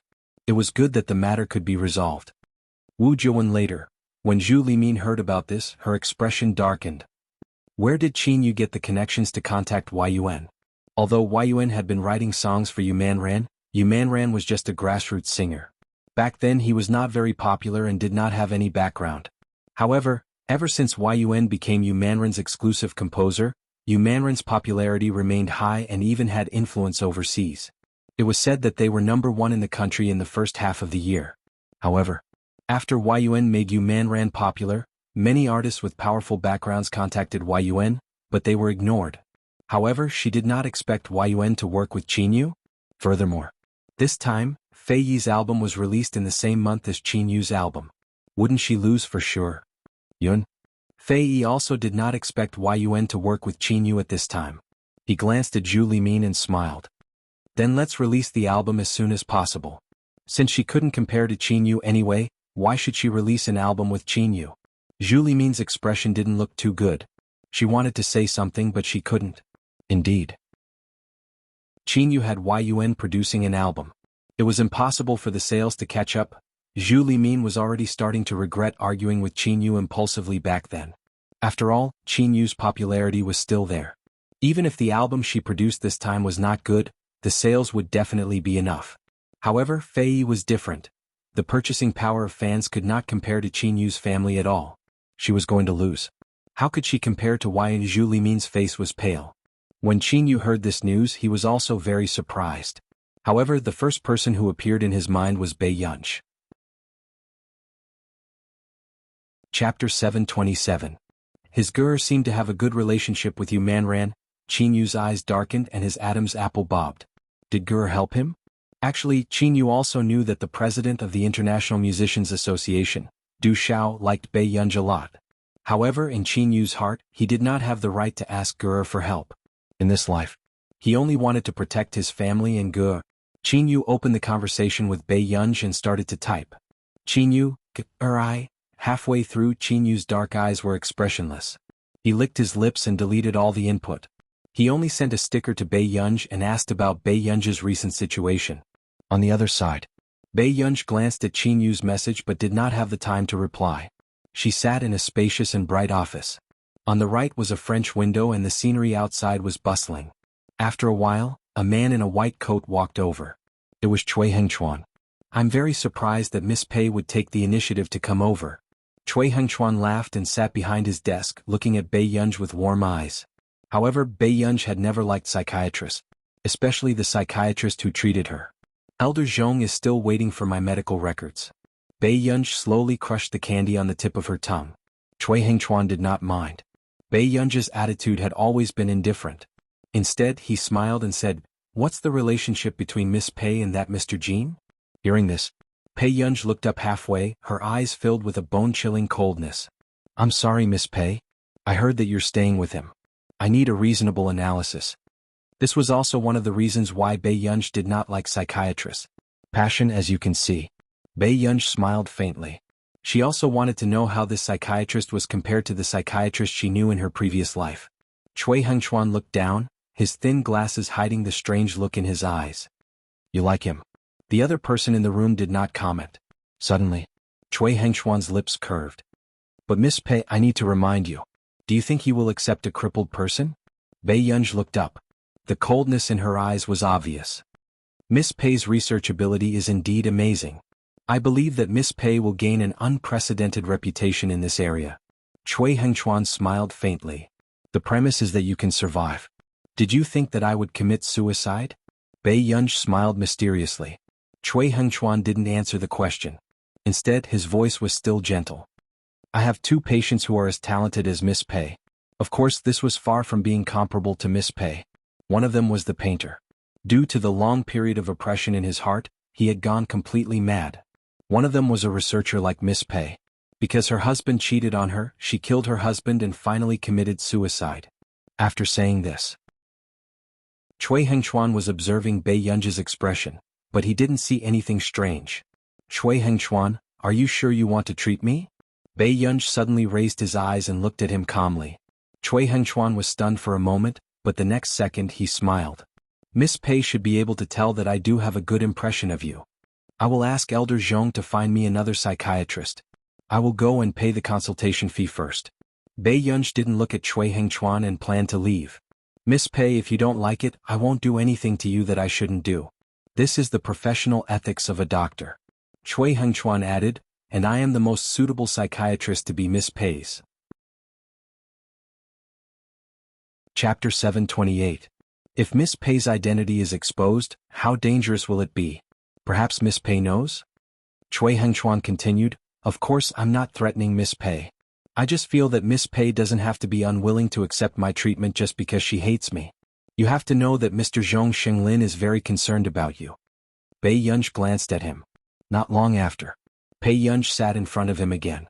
She picked up the pen on the table and twirled it between her fingers. His tone was indifferent. "Dr. Cui, you should hide your emotions. I don't like people looking at me like that. Is that so? Then what's the way he looks at you like? Cui Hengchuan smiled. Men could not hide their possessiveness towards the prey they were interested in. He knew very well that this was a man's bad nature. But he could not avoid it. The way he looks at me. Bei Yunji's brows relaxed and the corners of his lips curved. It's quite scary. These words made Cui Hengchuan unable to maintain his gentle smile. Muse bar.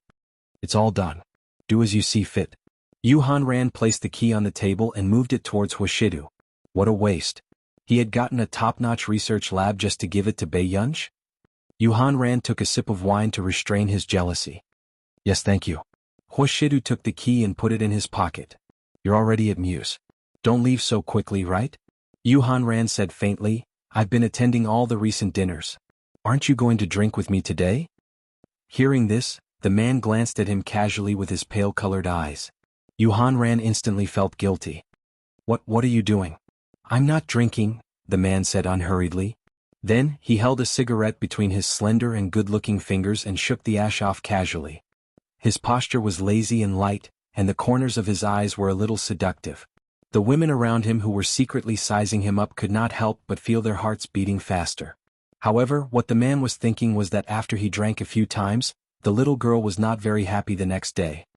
I see. Yu Hanran looked a little guilty today. He turned his head away and his eyes drifted. Actually, someone else came today. Huashidu looked up and waited for him to continue. This increased the pressure on Yu Hanran. Yu Hanran quickly lowered his head. Wen Jiuwan. This time, Wen Jiuwan chased him all the way to Yun City. He couldn't really do nothing. Then you two have a good chat. With that, Huashidu prepared to extinguish his cigarette and leave. Yu Hanran immediately said, You're not here for me. Why are you talking to me? Didn't you like her? Huashidu glanced at him and then at his watch, preparing to go back early. Then do you know who she likes? Yu Hanran's eyelid twitched.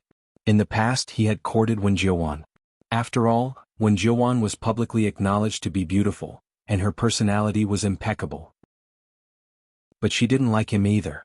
Every time Wen Jiuwan was willing to talk to him, it was because Huashidu was standing beside her. Even when she was talking to him, Wen Jiuwan's gaze was always on Huashidu. What does that have to do with me? As soon as the man finished speaking, he received a message. Are you home yet? The man's thin red lips curled up and he quickly replied. Not yet. At this moment. Bei Yunji, who saw this message, looked at the time and narrowed her beautiful eyes. She quickly continued to type. Where are you? Her hand trembled and the question mark turned into an exclamation mark. She accidentally sent it out. Bei Yunji. Chapter 729. Why did she feel that something was amiss? Just as Bei Yunji was deep in thought, the man on the other side saw this message and the corners of his lips curled up. When Yu Hanran heard Huashidu's words, his eyelids twitched. He took a deep breath and immediately said, Shidu, can you face the fact that you're single? He didn't have a girlfriend yet. Immediately. Before Yu Hanran could finish speaking, he saw him press the voice button. The man's expression was languid as he casually put out the cigarette but with one hand. His deep and magnetic voice was low and hoarse with laughter, making one's ears itch. Yinyan, why are you so fierce? Yu Hanran was speechless. He was wrong. Huashidu was spending all his patience on coaxing his girlfriend on that child of his. At this moment, Bei Yunji clicked on the man's voice message without any psychological defenses. However, she heard the man's languid and magnetic voice, which had an additional texture of electricity, reverberating in her ears, making her blush and her heart race. Yinyan, why are you so fierce? Bei Yunji's heart skipped a beat. The next second, Huashidu called her. Bei Yunji was in the library. She could only stand up and walk outside to answer the call. Lu Yuanxi, who was beside her, saw that Bei Yunji walked out without saying anything. He instinctively wanted to tug at Bei Yunji's sleeve. However, he did not even touch her clothes. Lu Yuanxi was speechless. Is someone who has finished their summer homework so arrogant? Brother Lu, are you done with your foreign language homework? I'm almost done with my math homework. Chu Zhixing pushed Lu Yuanxi. School was about to start. Did he still care if Master Pei was arrogant or not? Soon. Look at what Master Pei wrote. It's even simpler than the standard answer. Lu Yuanxi could not help but complain. After finishing their foreign language homework, Lu Yuanxi and Chu Zhixing naturally exchanged the homework in their hands. At the door, Bei Yunj picked up the call and heard a man's voice clearly coming from the noisy environment. Yunyan? Huashidu should be at a bar or something. Bei Yunj hesitated for a moment. Brother, you didn't drink, did you? The man suddenly lowered his voice and chuckled. Then he adjusted his emotions. Not yet. But President Yu is holding a drinking party, so I can't leave. Yu Hanran, who was beside him, heard Huashidu slander him without batting an eyelid. You can't leave? Didn't you reject him very straightforwardly? Bei Yunj couldn't help but frown. He felt more and more that Yu Hanran was not a human being. Then I'll come pick you up. After hearing a satisfactory answer, the man narrowed his lazy and indifferent peach blossom eyes. The corners of his upturned eyes became even more seductive. On the surface she was still quite polite. I'm sorry to trouble you, Yunyan. Bei Yunj, she felt that there was something wrong with this man. At this very moment, Yu Hanran put on a fake smile. Master Du, do you know what you just said? Let's go. I'll drink with you. The man stood up and walked to the private room. But at this moment, Yu Hanran only felt that he was definitely going to take the blame. That little girl from Master Du's family was probably going to kill him, but in the next moment, Yu Hanran reacted again. He had just called Wen Jiuwan over. If Bei Yunj came over, wouldn't something happen? That little vixen from Master Du's family was definitely not someone to be trifled with. Yu Hanran's scalp went numb. However, what should have happened still happened. Huashidu and Yu Hanran had just walked to the long corridor when they heard a soft shout. Hanran. Yu Hanran turned around and saw Wen Jiuwan wearing a silver-white dress and a pair of high heels. She looked even better than a few years ago. P.S. End of update. Chapter 730. Wen Jiuwan smiled at Yu Hanran and her gaze returned to the man. Compared to a few years ago, the man seemed to have become more mature. He had lost his youthfulness, but his light and indifferent appearance was as cold and unreachable as before. He was a mature and handsome man with a tall figure. He was wearing a neat handmade suit, and his long and slender legs were too abstinent. He was the center of attention wherever he went. President Hua. Wen Jiuwan smiled naturally, but her palms were sweaty from nervousness.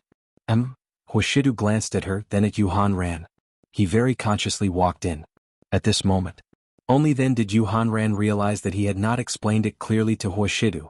Huashidu still thought that Wen Jiuwan was here to look for him, right? Yu Hanran's eyelids twitched. Before he could stop Huashidu, Wen Jiuwan, who was beside him, pulled up her long hair that she had meticulously taken care of. He's still the same. He refuses to look at anyone. Jiuwan Shidu might. Yu Hanran stiffened slightly. There's also a very special existence. Previously he was most likely teasing Bei Yunj and Huashidu. But now he had to admit that Huashidu might not really treat that young lady as a junior. Perhaps he had other thoughts. How special is he? Wen Jiuwan's heart seemed to have been knocked by something. She felt a little stuffy, but she quickly regained her smile. He doesn't have a girlfriend yet, right? He doesn't, but Yu Hanran did not know what to say halfway through his sentence.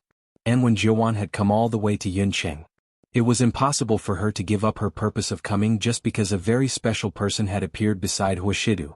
Then I want to see how special he is too. When Jiuwan smiled, hiding a trace of darkness in her eyes.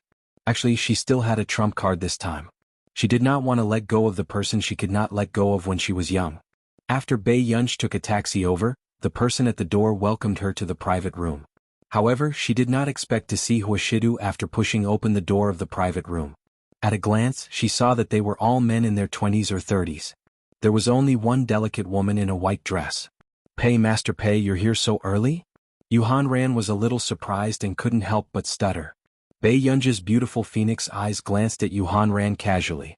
Her slender fingers gently pulled down the black mask, revealing a bright and languid face, which was stunning. Where is he? At this time, when Jiuwan also noticed Bei Yunj. After seeing Bei Yunj's eyebrows clearly, she was even more stunned. What a beautiful girl. Among the people when Jiuwan had met, there were countless beautiful people, but the girl in front of her was the first one who stunned her at first glance. Not only her appearance, even her temperament was impeccable. Inexplicably, when Jiuwan's hand that was holding the wine glass trembled. Master Du? He went out for a while. He has something to do. Yu Hanran laughed dryly. He felt that the way Bei Yunj looked at him wasn't very friendly. As expected.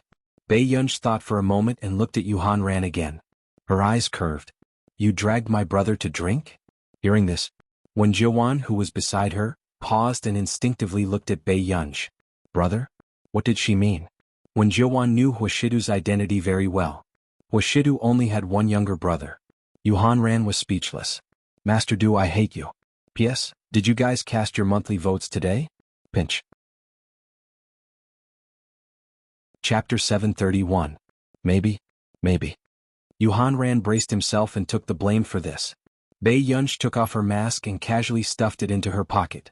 She then walked to the side, picked up 2 glasses with one hand, and skillfully opened a bottle of wine. Then I'll drink with President Yu first. The girl's bright eyes were flamboyant and unbridled.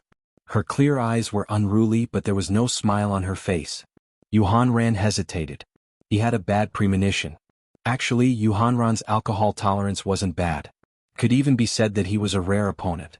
There was no need to be afraid of a little girl. But looking at Bei Yunji in front of him, he didn't dare to really drink with Bei Yunji. What if Master Du came back and thought that he was bullying his little girl and argued with him about this? Yu Hanran thought for a moment and decided to give in to Bei Yunji. It shouldn't be difficult for him to pretend to be drunk. Sure. Yu Hanran nodded, thinking that he would just pour half a glass later. But he didn't expect to see Bei Yunji fill the entire glass with wine. Yu Hanran was speechless. This is F*King whiskey. You really dare to play. Yu Hanran felt a little hot in his abdomen after drinking a glass. On the other hand, Bei Yunji seemed to be drinking Coke. Her eyes were clear and she wasn't affected at all. Isn't this person from Master Du's family a little too secretive? President Yu, continue? Bei Yunji curled her lips and thought for a moment. Then she took 4 glasses and slowly arranged them in 2 rows. She then took a bottle of wine over. This scene caused Yu Hanran to fall silent. We don't have to play so big, right? Yu Hanran took a deep breath and said with a fake smile. The surrounding people were also shocked by this delicate and beautiful girl. Isn't such a beautiful girl's alcohol tolerance a little too high? President Yu, are you afraid of losing? Bei Yunji's casual words made Yu Hanran forget about acting. This question was related to a man's dignity. Then come on. Yu Hanran also stood up, picked up the wine on the table and began to drink glass by glass. Wen Jiuan was stunned and immediately asked, Yu Hanran? This was a strong liquor with a high alcohol content. I'm fine. Yu Hanran wiped the corner of his mouth and continued to drink. Bei Yunji, who was standing in front of him, also finished the next glass of wine unhurriedly. The scene was inexplicably silent. Not long after. As soon as Huashidu returned, he saw Yu Hanran lying drunk beside him in the private room. The man frowned slightly and glanced at Yu Hanran with his pale-colored eyes. In the end, his gaze landed on another person and he couldn't look away. Allow. Before Huashidu could finish speaking, he heard Wen Jiuan say anxiously, President Hua, I'm afraid Hanran won't be able to go back since he's so drunk. Hearing Wen Jiuan's words, Huashidu's gaze landed on Yu Hanran again. He was quite surprised. Yu Hanran's alcohol tolerance had always been very good. In drinking games he could hold off 3 people at once. This was the first time she had seen him so drunk. Sang Su. After Huashidu shouted, he walked in front of Bei Yunji without waiting for Wen Jiuan to speak. Where did you come from? Huashidu lowered his eyes casually. His gaze gradually deepened as he bent down and leaned closer to her, sniffing the girl's neck. He lowered his voice and asked, Yunyan, have you been drinking? Bei Yunji looked to be in good condition. His gaze was clear and he did not look like he was drunk. P.S. There's more. Chapter 732. I just came back from the library. President Yu's brother drank. The girl was beautiful, but when she looked up, her eyes were clear and seductive. Actually, Bei Yunji still had the smell of mint candy on her, and the smell of alcohol was not too strong. She didn't know why this man's nose was so sharp. At this moment, that President Yu older brother made everyone present freeze. They stared at Bei Yunji in front of them in disbelief. She called him President Yu when she was drinking, but when Master Du came he became President Yu's brother? Don't you know why President Yu drank and even drank to this extent? Similarly, Wen Jiuan also stared at Huashidu and Bei Yunji and unconsciously bit her lip. The man's action of leaning close to the girl just now could already be said to be ambiguous. So, was the special person Yu Hanran was talking about this girl? Huashidu glanced at the dozen bottles of whiskey on the table and raised his eyebrows without saying a word. I can still drink? The drunk Yu Hanran burped and opened his eyes in a daze. He wanted to stand up and pour himself some wine. When Jiuwan immediately pulled Yu Hanran back. Stop drinking, Hanran, you're drunk. Nonsense. Yu Hanran said righteously and pointed at a few bottles of tequila. Master Pei, drink. Come. Let's drink. After saying that, Yu Hanran stumbled to get the wine. Bei Yunj was speechless. She was too careless. Tseng Su, who was about to support Yu Hanran, was also silent. So, half of the alcohol just now was Miss Pei's doing? Was this something a normal girl would do? At this moment, Bei Yunj did not look at Huashidu. She turned around calmly and walked out. I'm going to the washroom. Bei Yunj washed her hands and soon saw the woman in the mirror. It was the woman in the private room just now. Miss, your surname is Pei? Wen Jiuwan asked. Yes. Bei Yunj retracted her gaze and replied lazily. My name is Wen Jiuwan, an alumnus of Hanran and President Hua, Wen Jiuwan said with a smile. Bei Yunj answered without looking up. Although the girl in front of her was young, she was very calm. Wen Jiuwan wanted to say something but hesitated. When Bei Yunj was about to leave, she suddenly asked, Aren't you curious? What's my relationship with them? Bei Yunj stopped and glanced at Wen Jiuwan. The corners of her lips curled up. What do you want to say? At this moment, Wen Jiuwan realized that she did not know this girl at all. Even in a few exchanges, she was at a disadvantage. Wen Jiuwan smiled. President Hoi used to be very popular in our school. There are many people who like him, but very few dare to confess. It was not because of anything else but because this man, whether it was his identity or his ability, made people feel that he was out of reach. Even she was the same. Bei Yunj looked at Wen Jiuwan calmly without any strange emotions on her face. Miss Pei, you're not saying anything? Wen Jiuwan asked. Bei Yunj curled her lips. What does Miss Wen want me to say? These words completely shut Wen Jiuwan up. Her face stiffened for a moment before she smiled and said, That's true. Miss Pei is still young. President Hua might also treat Miss Pei as his biological sister. Miss Wen, it sounds quite exciting when you say that. Bei Yunj laughed, her lazy eyes bright and charming. Just as Wen Jiuwan subconsciously clenched her fists, Bei Yunj asked unhurriedly, So Miss Wen likes my brother so much? Chapter 733. Wen Jiuwan, whose thoughts had been exposed, froze. Then just as Bei Yunj felt that Miss Wen might not answer, Bei Yunj had just turned around when she heard the person behind her say. Wen Jiuwan's gaze was firm. I chased him from Nili to Yuncheng for him. Back in the private room, Bei Yunj's expression was relaxed. She lowered her eyes, but her heart felt a little stuffy for some reason. It was not because of Wen Jiuwan who had chased him from Nili to Yuncheng, but because she had never seen Huashidu at the age of 18.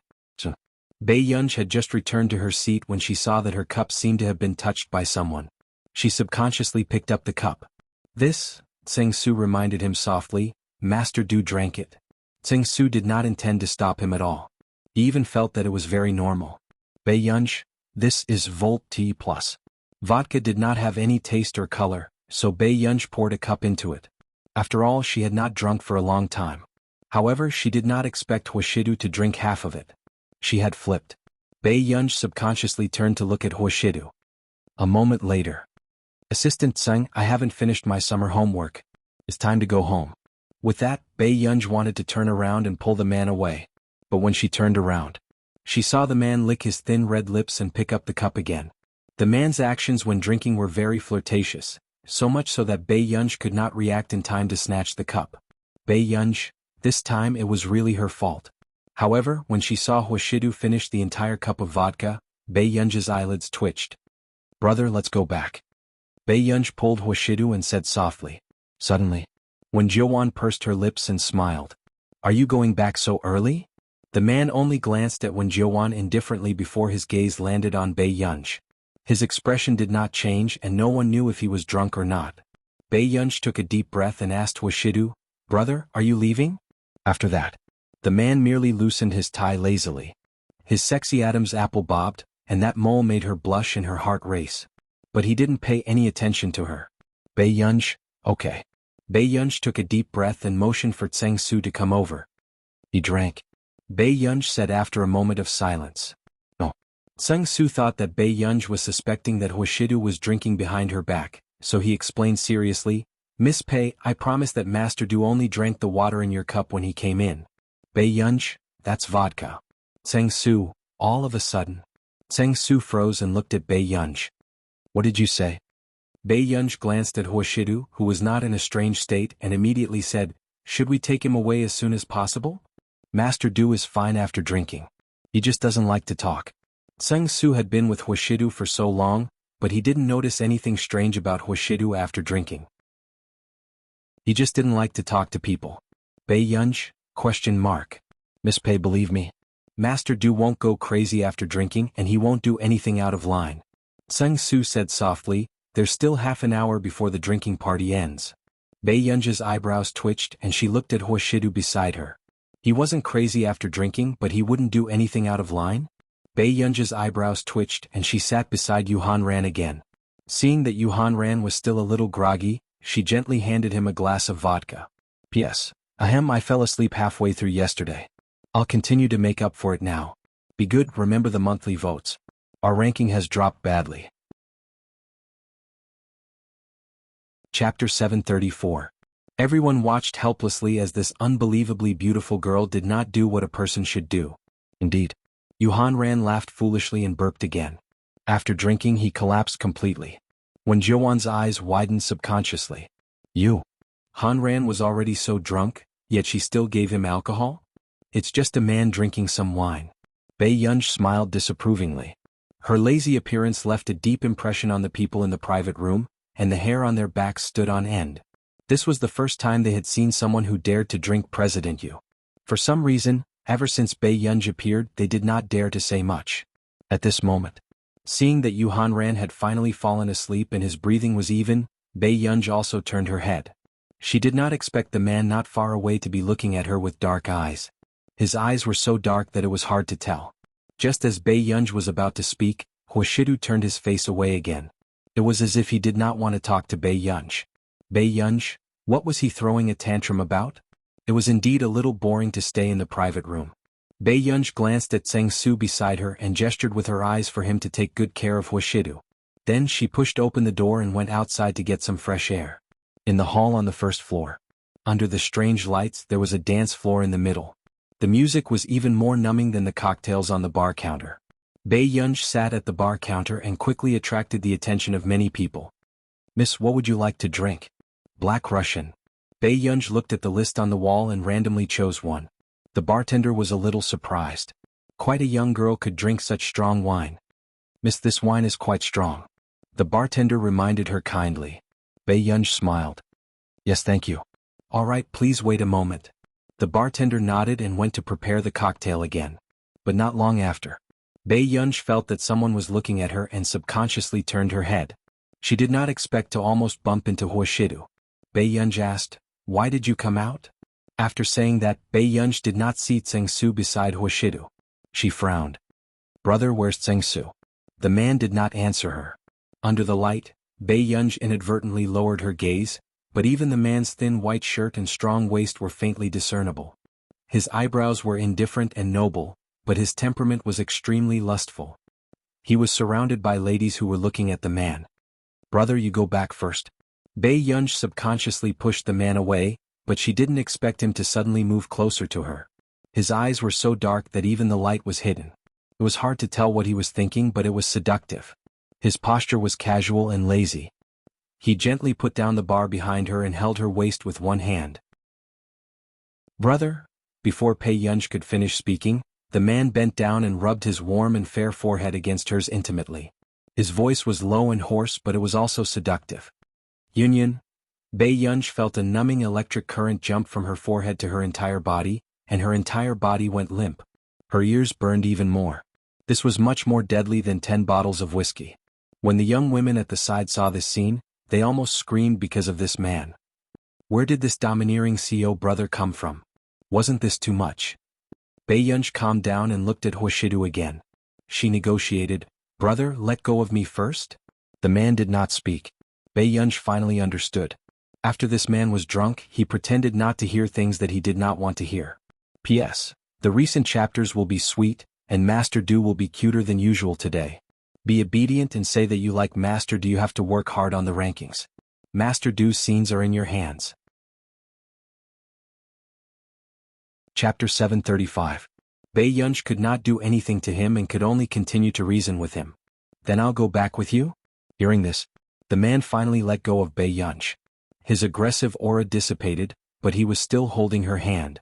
Bei Yunj's right hand was held and it was inconvenient for her to take the money. She rummaged through Huashidu's pocket and took out a black wallet.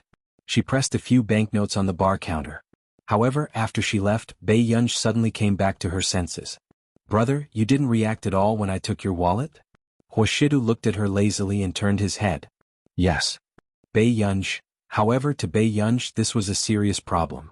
Hence, Bei Yunj stopped Huashidu in front of her and looked up. She said seriously, "Brother, you can't give this to others." After thinking for a moment, she added, "The things in the wallet are used to exchange for important things. You can't casually." Before Bei Yunj could finish speaking, Huashidu stuffed a black wallet into her hand.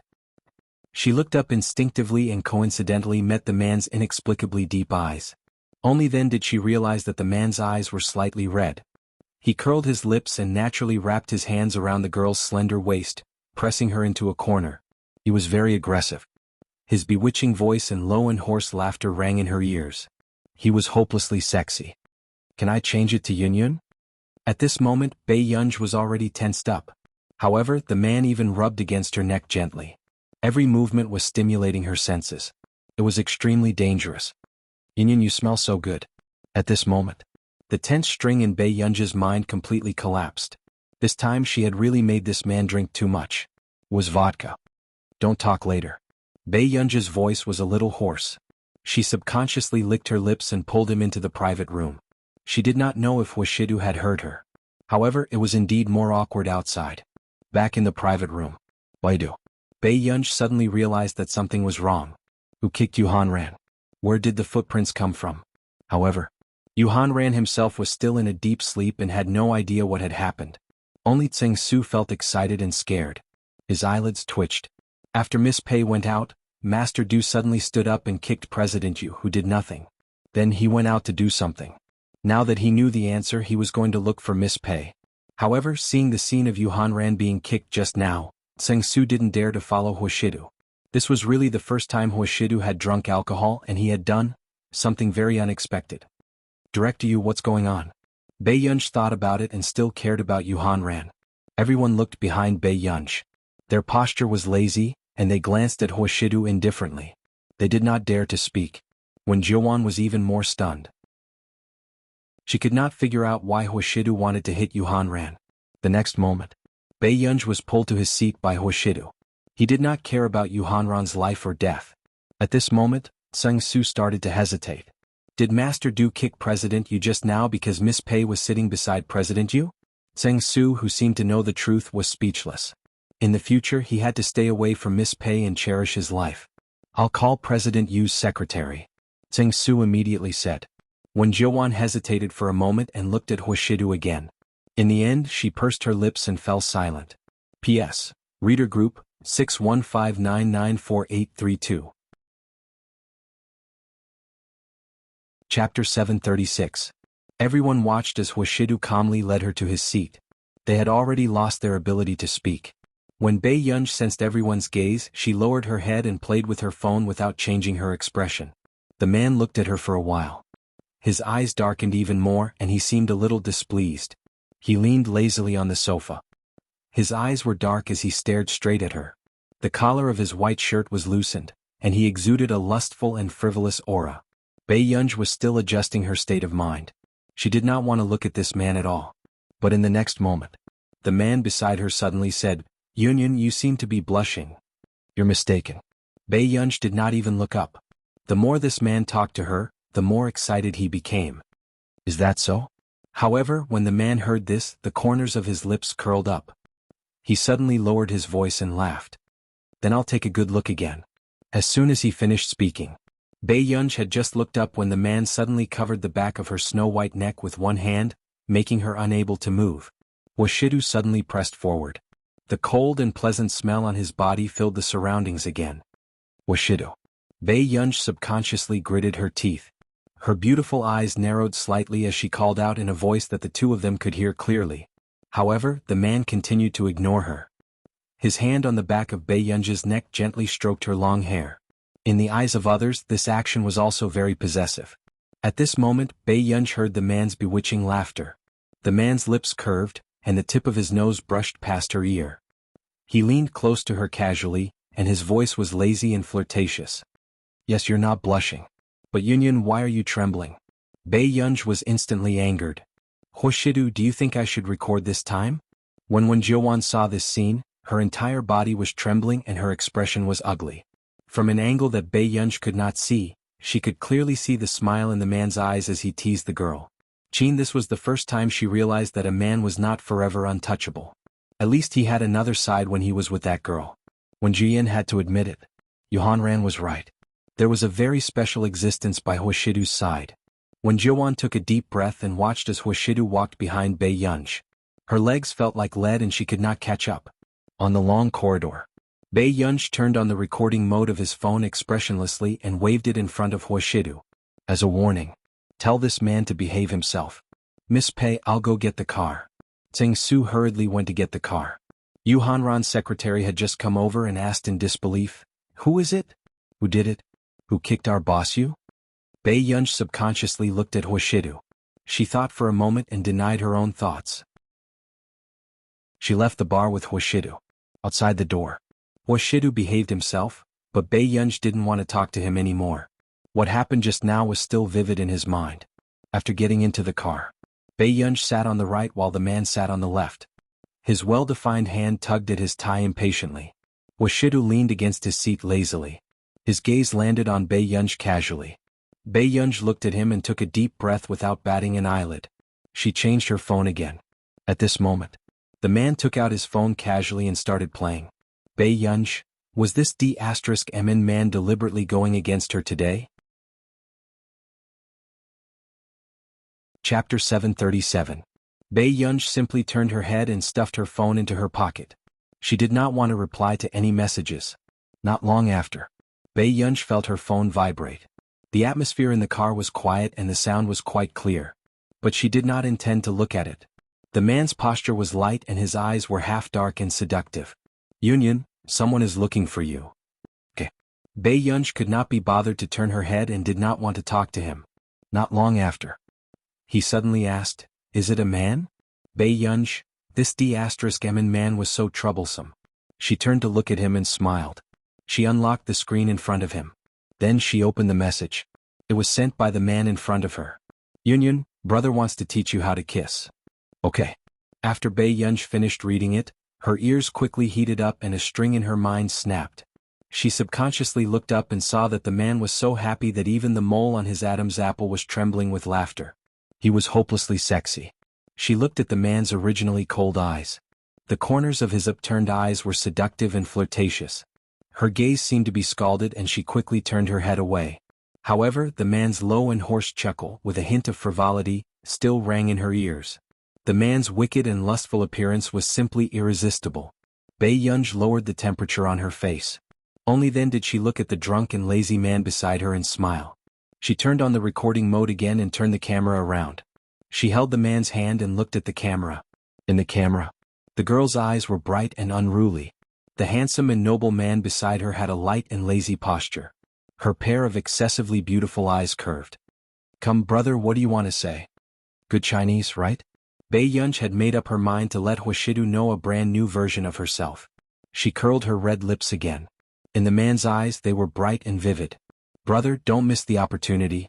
Think about it carefully." Yun. Bei Yunj had just turned her head when the man suddenly grabbed her slender waist and held her hand that was holding the phone with one hand. The corners of his thin red lips curled up as he gently sucked on her snow-white earlobe. His warm, ticklish breath sprayed onto her sensitive skin as he nibbled and rubbed against her, causing her to lose her rationality. Bei Yunj's heart skipped a beat for no reason. She felt a tingling sensation on the back of her neck, making her unable to come back to her senses. The phone also fell to the ground. At this moment, the man's magnetic voice was particularly bewitching. It was ostentatious and ambiguous. Su shook the wind beside her ear. "Yunyan, don't you want a brother?" His low laughter seemed to be able to make her ears burn. "Don't be afraid. Big brother can teach Yunyan how to tame me." After saying this, Bei Yunj's heart seemed to have been hit by something, and her heart was beating very fast. Back home, Bei Yunj still took Hoshidu's phone. The man's phone had no password. Other than a few simple apps, there was nothing else. Bei Yunj opened the message record and deleted the 2 messages from just now. After doing this, Bei Yunj returned to her room and took a shower. After coming out, she inexplicably thought of the video just now. She opened her phone and looked at the video. From another angle, when she saw the possessiveness in the man's eyes, her heart still beat faster. She narrowed her eyes and suppressed the restless heartbeat in the latter half of the night. She wanted to delete the video. But a moment later, she stopped and transferred the video to a private space. P.S. Let's sort out the outline. I think it will be updated in the afternoon. Chapter 738. This video was quite pleasing to the eye. When the video was being recorded in the car, Bei Yunj did not react. Washidu held her hand and the camera happened to capture the man's handsome and abstinent side profile. Thinking of this, Bei Yunj felt that her heart was beating too fast and her face was inexplicably hot. Yunyun, don't you want brother? What's there to be afraid of? Brother can teach Yunyun how to tame me. Bei Yunj subconsciously went downstairs to pour herself a glass of cold water. She only calmed down after drinking half a glass. However, she would probably only be able to sleep very late. The next day, Bei Yunj did not expect that because of what Hoshidu did yesterday, she could not sleep for half the night, so she woke up late. However, she did not expect that the 2 people who drank too much yesterday would wake up very early. I'm puzzled. Why does my back hurt so much after drinking? Yuhan Ran touched his back. When he had just woken up, his face was contorted in pain. Hoshidu was indifferent and noble, so he was not interested in this question. The next moment, Yuhanran's sharp eyes saw Bei Yunj and his face was full of admiration. Master Pei, you're a god. As soon as he finished speaking, the man's gaze also turned to Bei Yunj, who was downstairs. Their gazes happened to meet. Bei Yunj walked up to them calmly, took a piece of bread and bit it in her mouth. Then she took a glass of milk in a glass bottle and left. She only left behind a sentence that was neither light nor heavy. Brother, I'll go out first. Hoshidu had drunk a lot yesterday and there was still a cup of coffee on the table. However, he was very familiar with Bei Yunj's state of ignoring him. However, last night, he did not drink on purpose. Who would have thought that the child's cup was filled with wine? What's wrong with your little girl? Yuhan Ran could not help but ask. Nothing. Hoshidu looked at Bei Yunj's back view as she left quickly. His slender and well-defined hand was still rubbing the keys. He did not find a chance to give it to her. Are you really fine? Yuhan Ran was a little hesitant. He seemed to have seen Bei Yunj look at Hoshidu just now and her ears seemed to have turned red for some reason. Yes. Hoshidu thought for a moment and put the key back into his pocket. Computing Institute. Nancy had called Bei Yunj over today to introduce Bei Yunj to the Higgins group. However, when Bei Yunj arrived at the office, she didn't expect to see a familiar face when she opened the door. The man was handsome and wore a classic black suit, but he exuded a sense of gentleness and indifference. Coincidentally, Shang Yen looked up and saw Bei Yunj walking in. The corners of his lips curved slightly. Miss Pei. Bei Yunj regained her senses and nodded. Shang Yen? After saying this, it was Nancy's turn to be shocked. You two know each other? Originally, he was worried that Bei Yunj would not accept him when she saw that Shang Yen had a physical defect. However, he did not expect the 2 of them to know each other. Yes. Shang Yen smiled and looked at Bei Yunj. Do you still need to introduce yourself? Bei Yunj curled her lips and chuckled. President Shang, you're too polite. I'm looking forward to our collaboration. Hearing this, Shang Yen also smiled and the 2 of them looked at each other. They had some tacit understanding. Nancy did not expect things to develop so smoothly. After Bei Yunj listened to Shang Yan's explanation of the company, she also had a preliminary impression of the Higgins group. Did you already know that I was the one working with you? Bei Yunj was interested. Chapter 739. She added, or it could be me. Shang Yen did not hide the reason and his lips only curved slightly. Hearing this, Bei Yunj did not think much of it. She smirked. Then let's work well together. Let's work well together. Shang Yan's eyes were gentle and elegant as he tightened his grip on the documents. But not long after, Bei Yunj left the Computing Institute. Shang Yan could not help laughing as he watched Bei Yunj leave. Shang Yan, you and Gur. Nance could not react.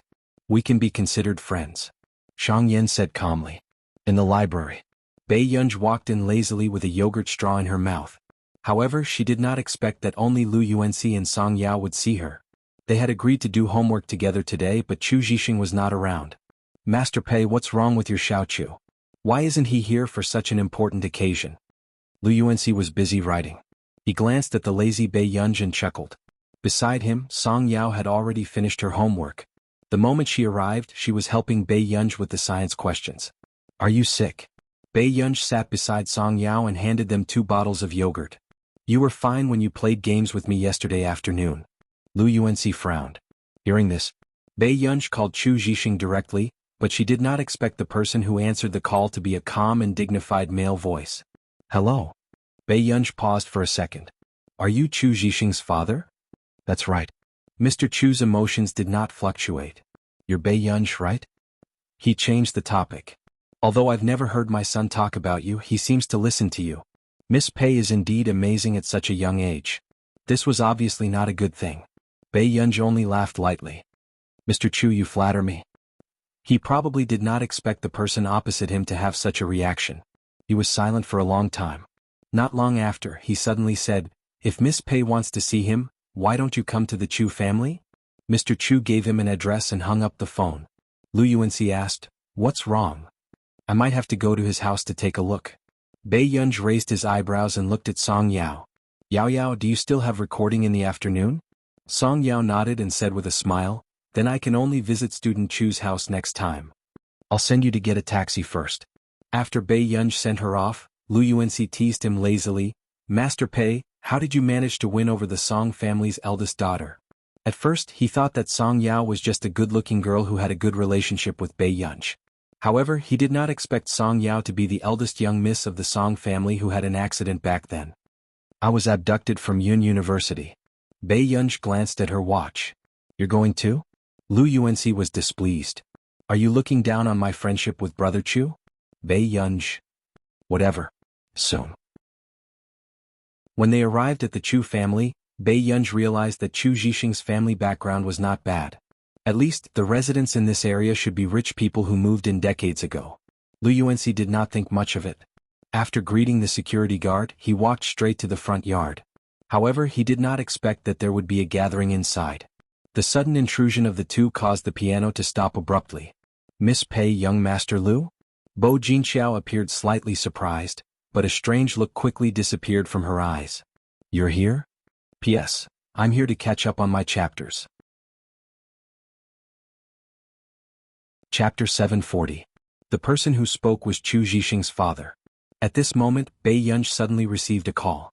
After glancing at the number, he hung up. Bei Yunj's beautiful eyes looked at him coldly. Mr. Chu. It was obvious that Bei Yunj did not like Chu Zhixing's father either. Mr. Chu also noticed this and raised his eyebrows. Go upstairs and take a look. Even after Bei Yunj left, Bo Jinxiao, who was sitting at the side, was ignored. Her expression was a little ugly and she could not maintain her smile. What Qin Luyin had said in front of her last time seemed to be vivid in her mind. In the past, she was just an orphan girl from the Bo family's side family.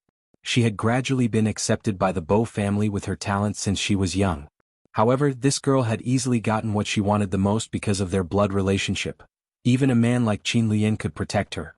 And she was still ignored by Bo Xiuqin after so many years. It had to be said. Bei Yunj was the person Bo Jinxiao hated the most in all these years. He made her feel even worse than Yu Manran back then. The emotions in Bo Jinxiao's heart that she could not suppress made her accidentally play the wrong note. Upstairs. Master Pei, why are you treating Uncle Chu like that? Lu Yuanxi knew Mr. Chu.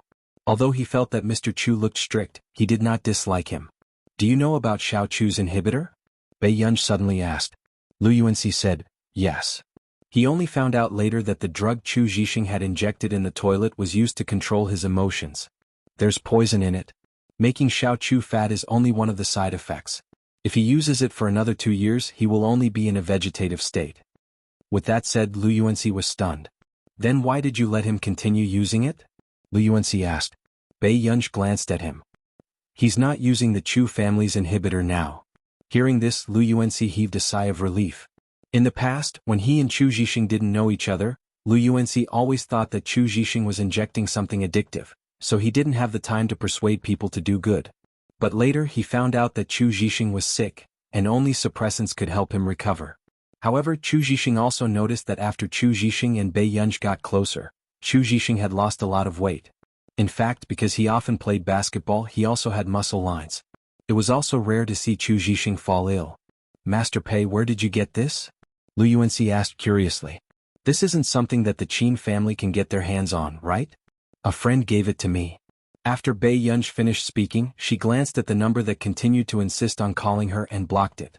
Seeing this, Lu Yuanxi, no wonder Bei Yunj's line was always busy when he sent messages to her. After knocking on the door, she pushed open the door to the bedroom on the second floor. Chu Zhixing was sitting on the sofa inside, and the smell of cigarettes lingered in the air. Bei Yunj looked up and saw a boy with well-defined eyebrows. His hair wasn't long and his sideburns were short and neat. He had a noble appearance and was wearing a dark blue loose t-shirt. He had a cigarette in his hand and his eyes were indifferent. But when he looked up and saw that it was Bei Yunj, he immediately put out the cigarette and threw it into the trash can. Aren't you going to give me one? The corners of Bei Yunj's lips curled up. She glanced at the bandage on Chu Zhixing's arm and her gaze turned cold. What happened to your arm? Chu Zhixing's body froze. I accidentally fell. P.S. You've dropped off the rankings. Remember the monthly votes. Chapter 741. Bei Yunj looked at him for a while before her phone rang again. She licked her lips and hid the dark light in her eyes. She turned around and walked out to answer the call. What's the matter? At this moment, Lu Yuanxi looked at him with a complicated expression. Brother Chu, every time you lie in front of Master Pei, you like to touch your ears. Chu Zhixing, in the long corridor. Max, I'm Kei, the founder of the Chaos. I want to invite you to join the Chaos. Kei had been calling for almost 2 months. Other than the first time he was picked up, this was the second time Bei Yunj picked up the phone. And this was the first time Bei Yunj had met such a troublesome person. She didn't know what Elder Zhong was thinking, but he actually gave him her phone number. I'm not free. Bei Yunj's expression was a little cold. She stood by the window and her tone was not good. When Kei was prepared to coax Bei Yunj to join, he did not expect this matter to go smoothly. However, as the most famous hacker organization in the world, Kei's eyelids could not help but twitch when he was despised like this. Max, think about it. If you're willing, I can introduce you to CI7. Kei had thrown out a rather big bait this time. CI7 was an intelligence agency set up in this continent. There were 6 branches, one of which was in Country A. They did not participate in any national disputes. They were mainly responsible for collecting information, analyzing, and processing. They maintained order in the continent and dealt with all terrorism and activities. However, it was also because such a mysterious agency knew too much information, which also caused many people to be afraid. Because they kept a low profile, not many people knew about them. What is CI7? Bei Yunj asked. The man sitting in the office twitched his eyelids. I really overestimated your ambition. I'll send you the information in a moment. As long as you're willing to join us, there will be a lot of benefits. The Chaos and CI7 did not have much contact, including Kei's. However, a few years ago, CI7 had an agreement with the Chaos. The Chaosists would choose a top-notch hacker to join C17. However, they had to go through many tests. As a result, all the members of the Chaos were not retained by C17 after so many years. Alright, I'll hang up then. Bei Yunj tried to make his tone sound less perfunctory, hoping that this person would stop for a while. But as soon as he hung up the phone, Kei's eyelids twitched. He could feel Bei Yunj's perfunctory attitude. How is it? Did you take down Max? A woman beside him was holding a snow-white Pomeranian and asked excitedly. She hung up. Even CI7 can't pique her interest? The woman was surprised. Kei. She doesn't know what CI7 is. The woman, so what does this big shot usually do? Does he live in the mountains? You don't even know CI7? Bei Yunj went back into the house. Chu Zhixing glanced at the indifferent Bei Yunj and immediately said, It was my brother who pushed her. Didn't you fall on your own? Bei Yunj glanced at him indifferently. Chu Zhixing, your brother pushed her. Why did Mr. Chu lock you up at home? Bei Yunj asked. Because of some things I had a dispute with my brother. And, when the guests were around, I fell ill. Hearing this, Bei Yunj subconsciously looked at Chu Zhixing, and the emotions in his eyes gradually turned cold. Chapter 742. Where are the injections? Bei Yunj asked. Chu Zhixing heard this and handed the other 2 boxes of injections to Bei Yunj. Bei Yunj glanced at one of the boxes that had not been opened and then looked at the injections in her hand. Have you injected yourself on time during this period of time? Stephen said that my condition is much better and that I can reduce the amount of injections. Bei Yunj nodded. I'll take this back and check it out first. What's wrong? Chu Zhixing looked at her. Bei Yunj licked her lower lip and smiled faintly. I want to see who is so bold as to court death. Suddenly, Chu Zhixing and Lu Yuanxi understood. Bei Yunj suspected that someone had deliberately made Chu Zhixing fall ill on the spot. But at that time there were no outsiders in my family. Just as Chu Zhixing finished speaking, Lu Yuanxi suddenly said, Brother Chu, who is going to inherit your company in the future? Chu Zhixing and Chu Ziyuan were half-brothers with the same father but different mothers. Lu Yuanxi couldn't help but think too much. Chu Zhixing shook his head and denied it. My brother won't harm me. Although he usually doesn't like me, he's not that kind of person. Your brother won't. Someone will help him do such a thing. Bei Yunj suddenly said. These words stunned Chu Zhixing for a moment. Then he thought of something and his expression didn't look too good. What's wrong? Bei Yunj noticed Chu Zhixing's strange behavior. Chu Zhixing shook his head.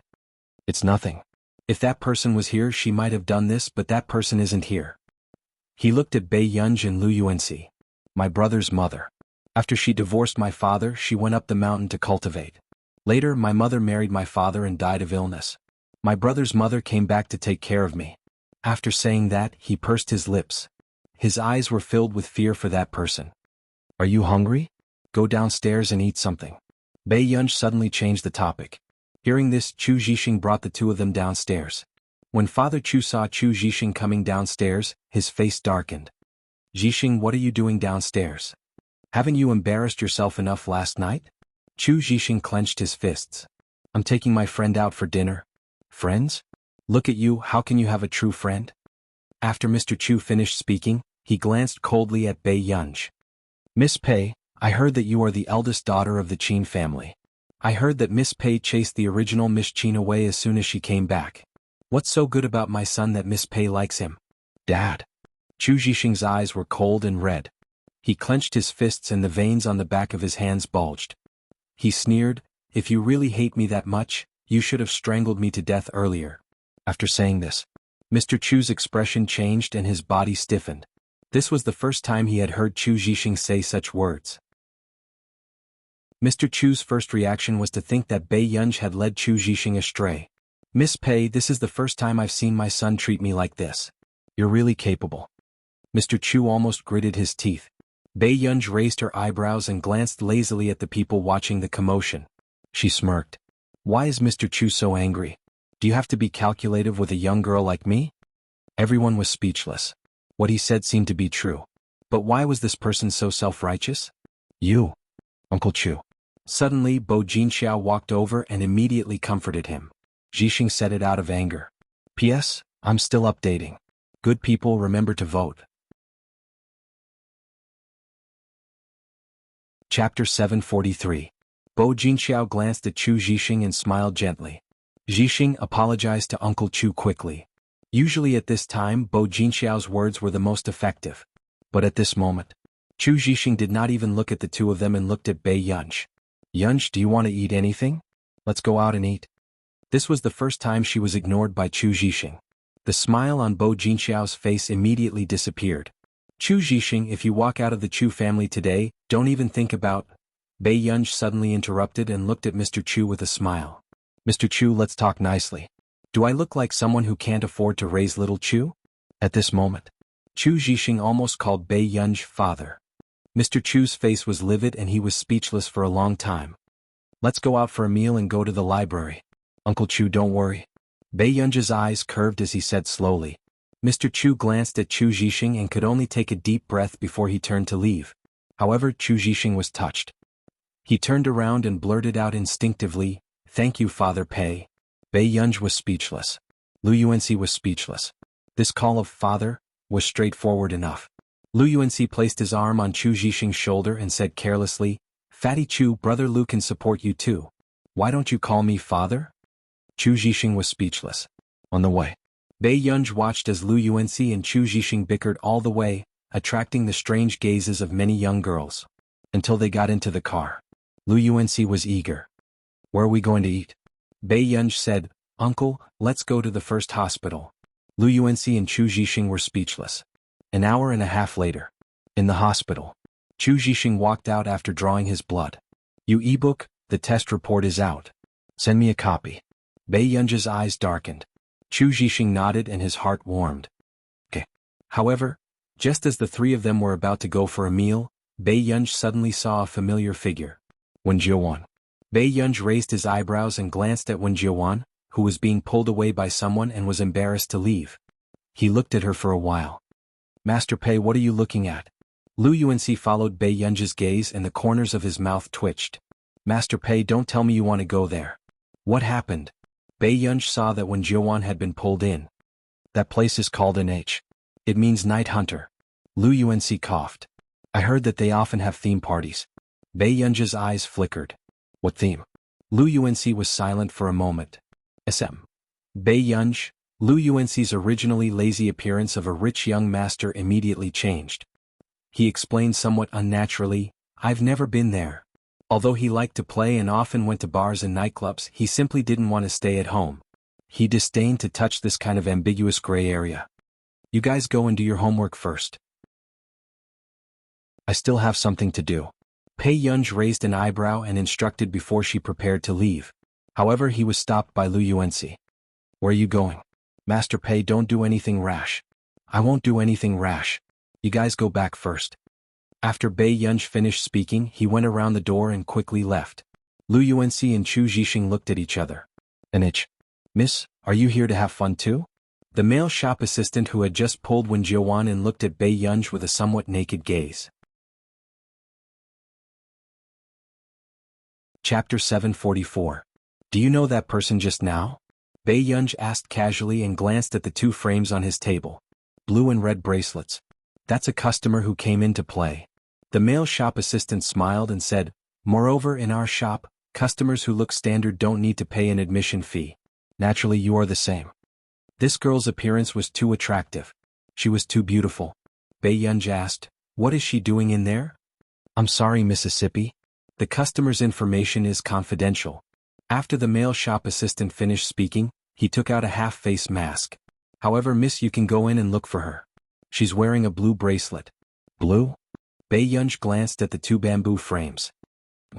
Miss, you're smart. The male shop assistant smiled. Bei Yunj was already sure that Wen Jiuwan had been tricked into coming in. Her eyebrows moved. She didn't quite understand how this woman could be tricked into coming to such a place since she could go to the same school as Yuhan Ran and the others. Bei Yunj curled her lower lip and took out a red fluorescent bracelet. This made the male shop assistant look at her in surprise. You? Bei Yunj looked up with a pair of beautiful eyes. There was a faint smile in her eyes, but they were filled with terrifying coldness. Please come in. The male shop assistant's scalp went numb. When they entered, Bei Yunj's cell phone was also turned over. No filming was allowed inside. After entering, Bei Yunj saw a stage with ambiguous lights. When Bei Yunj walked in, everyone looked at her with interest. However, when they realized that the fluorescent bracelet on her hand was red, their interest was extinguished. Bei Yunj glanced around. Her eyes, which were usually curved, were no longer smiling. There was a hint of impatience in them. No one dared to strike up a conversation with her. Tomb robber. Suddenly, a magnetic and pleasant voice sounded. Miss, are you wearing the wrong bracelet? Bei Yunj turned around and saw a man staring at her with a faint smile. I'm sorry, but I'm not interested in you. Bei Yunj's red lips curled into a smile. Then she turned around and left. The man could tell that it was the young girl's first time here. However, she did not seem to be nervous or fearful at all. Miss, are you looking for someone? The man chased after her and asked patiently, Maybe I can help you. He smiled and said, If you're looking for a friend, you might get into trouble if you're late in this place. Bei Yunj turned to look at him. A woman.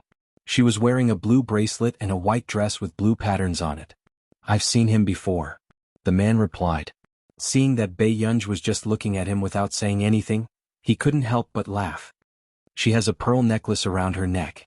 A woman with neat bangs, right? Bei Yunj looked at him. Where is he? Miss, you might not know this, but there is a rule here. He smiled gently and said, Only those who have won and those who have been punished can leave. These were the rules of the game. This punishment could be monetary or it could be something else. There was a hint of ambiguity in the man's tone. Bae-yunj smiled and said, "Boss, I'll only be in the mood to play if you give him to me." When the man heard this, his body stiffened slightly. He didn't expect Bae-yunj to guess it right away. "What can you give me if I find him for you?" The man asked unhurriedly. "What's your competition?"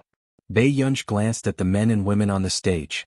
They were neatly dressed and sitting below the stage as if they were here to attend an enjoyable concert. P.S. Good night all of you. Chapter 745. After looking at Bae-yunj for a while, the young man lowered his head and smiled. Few people noticed the gentleness in his voice. This place varies from person to person. It depends on what Miss is interested in. For example, racing, shooting, or playing the piano. We have all kinds of activities here. The man's tone was gentle, but the staff next to him looked at him in disbelief. They felt that the boss's attitude towards this girl was a little different. Their club obviously had many activities such as racing and shooting. Such a normal competition probably hadn't been done in hundreds of years, right? "Go and find Miss 73, the man turned and ordered them. Then he turned to Bae-yunj and smiled. "Miss Pei, do you know how to play the piano?" Bae-yunj looked at him for a while and felt that he looked familiar. She asked, "What's your bet?" "What are you willing to bet?" the man asked back. Bae-yunj smiled and took out a black bank card with gold embossing. "Isn't this the black gold card issued by a bank this year?" A sharp-eyed rich second-generation heir who was drinking at the side gasped in shock. It was said that there were only 300 of this card in the country. But where did this lady get the black gold card? "If the boss wins, this card is yours," Bae-yunj said casually.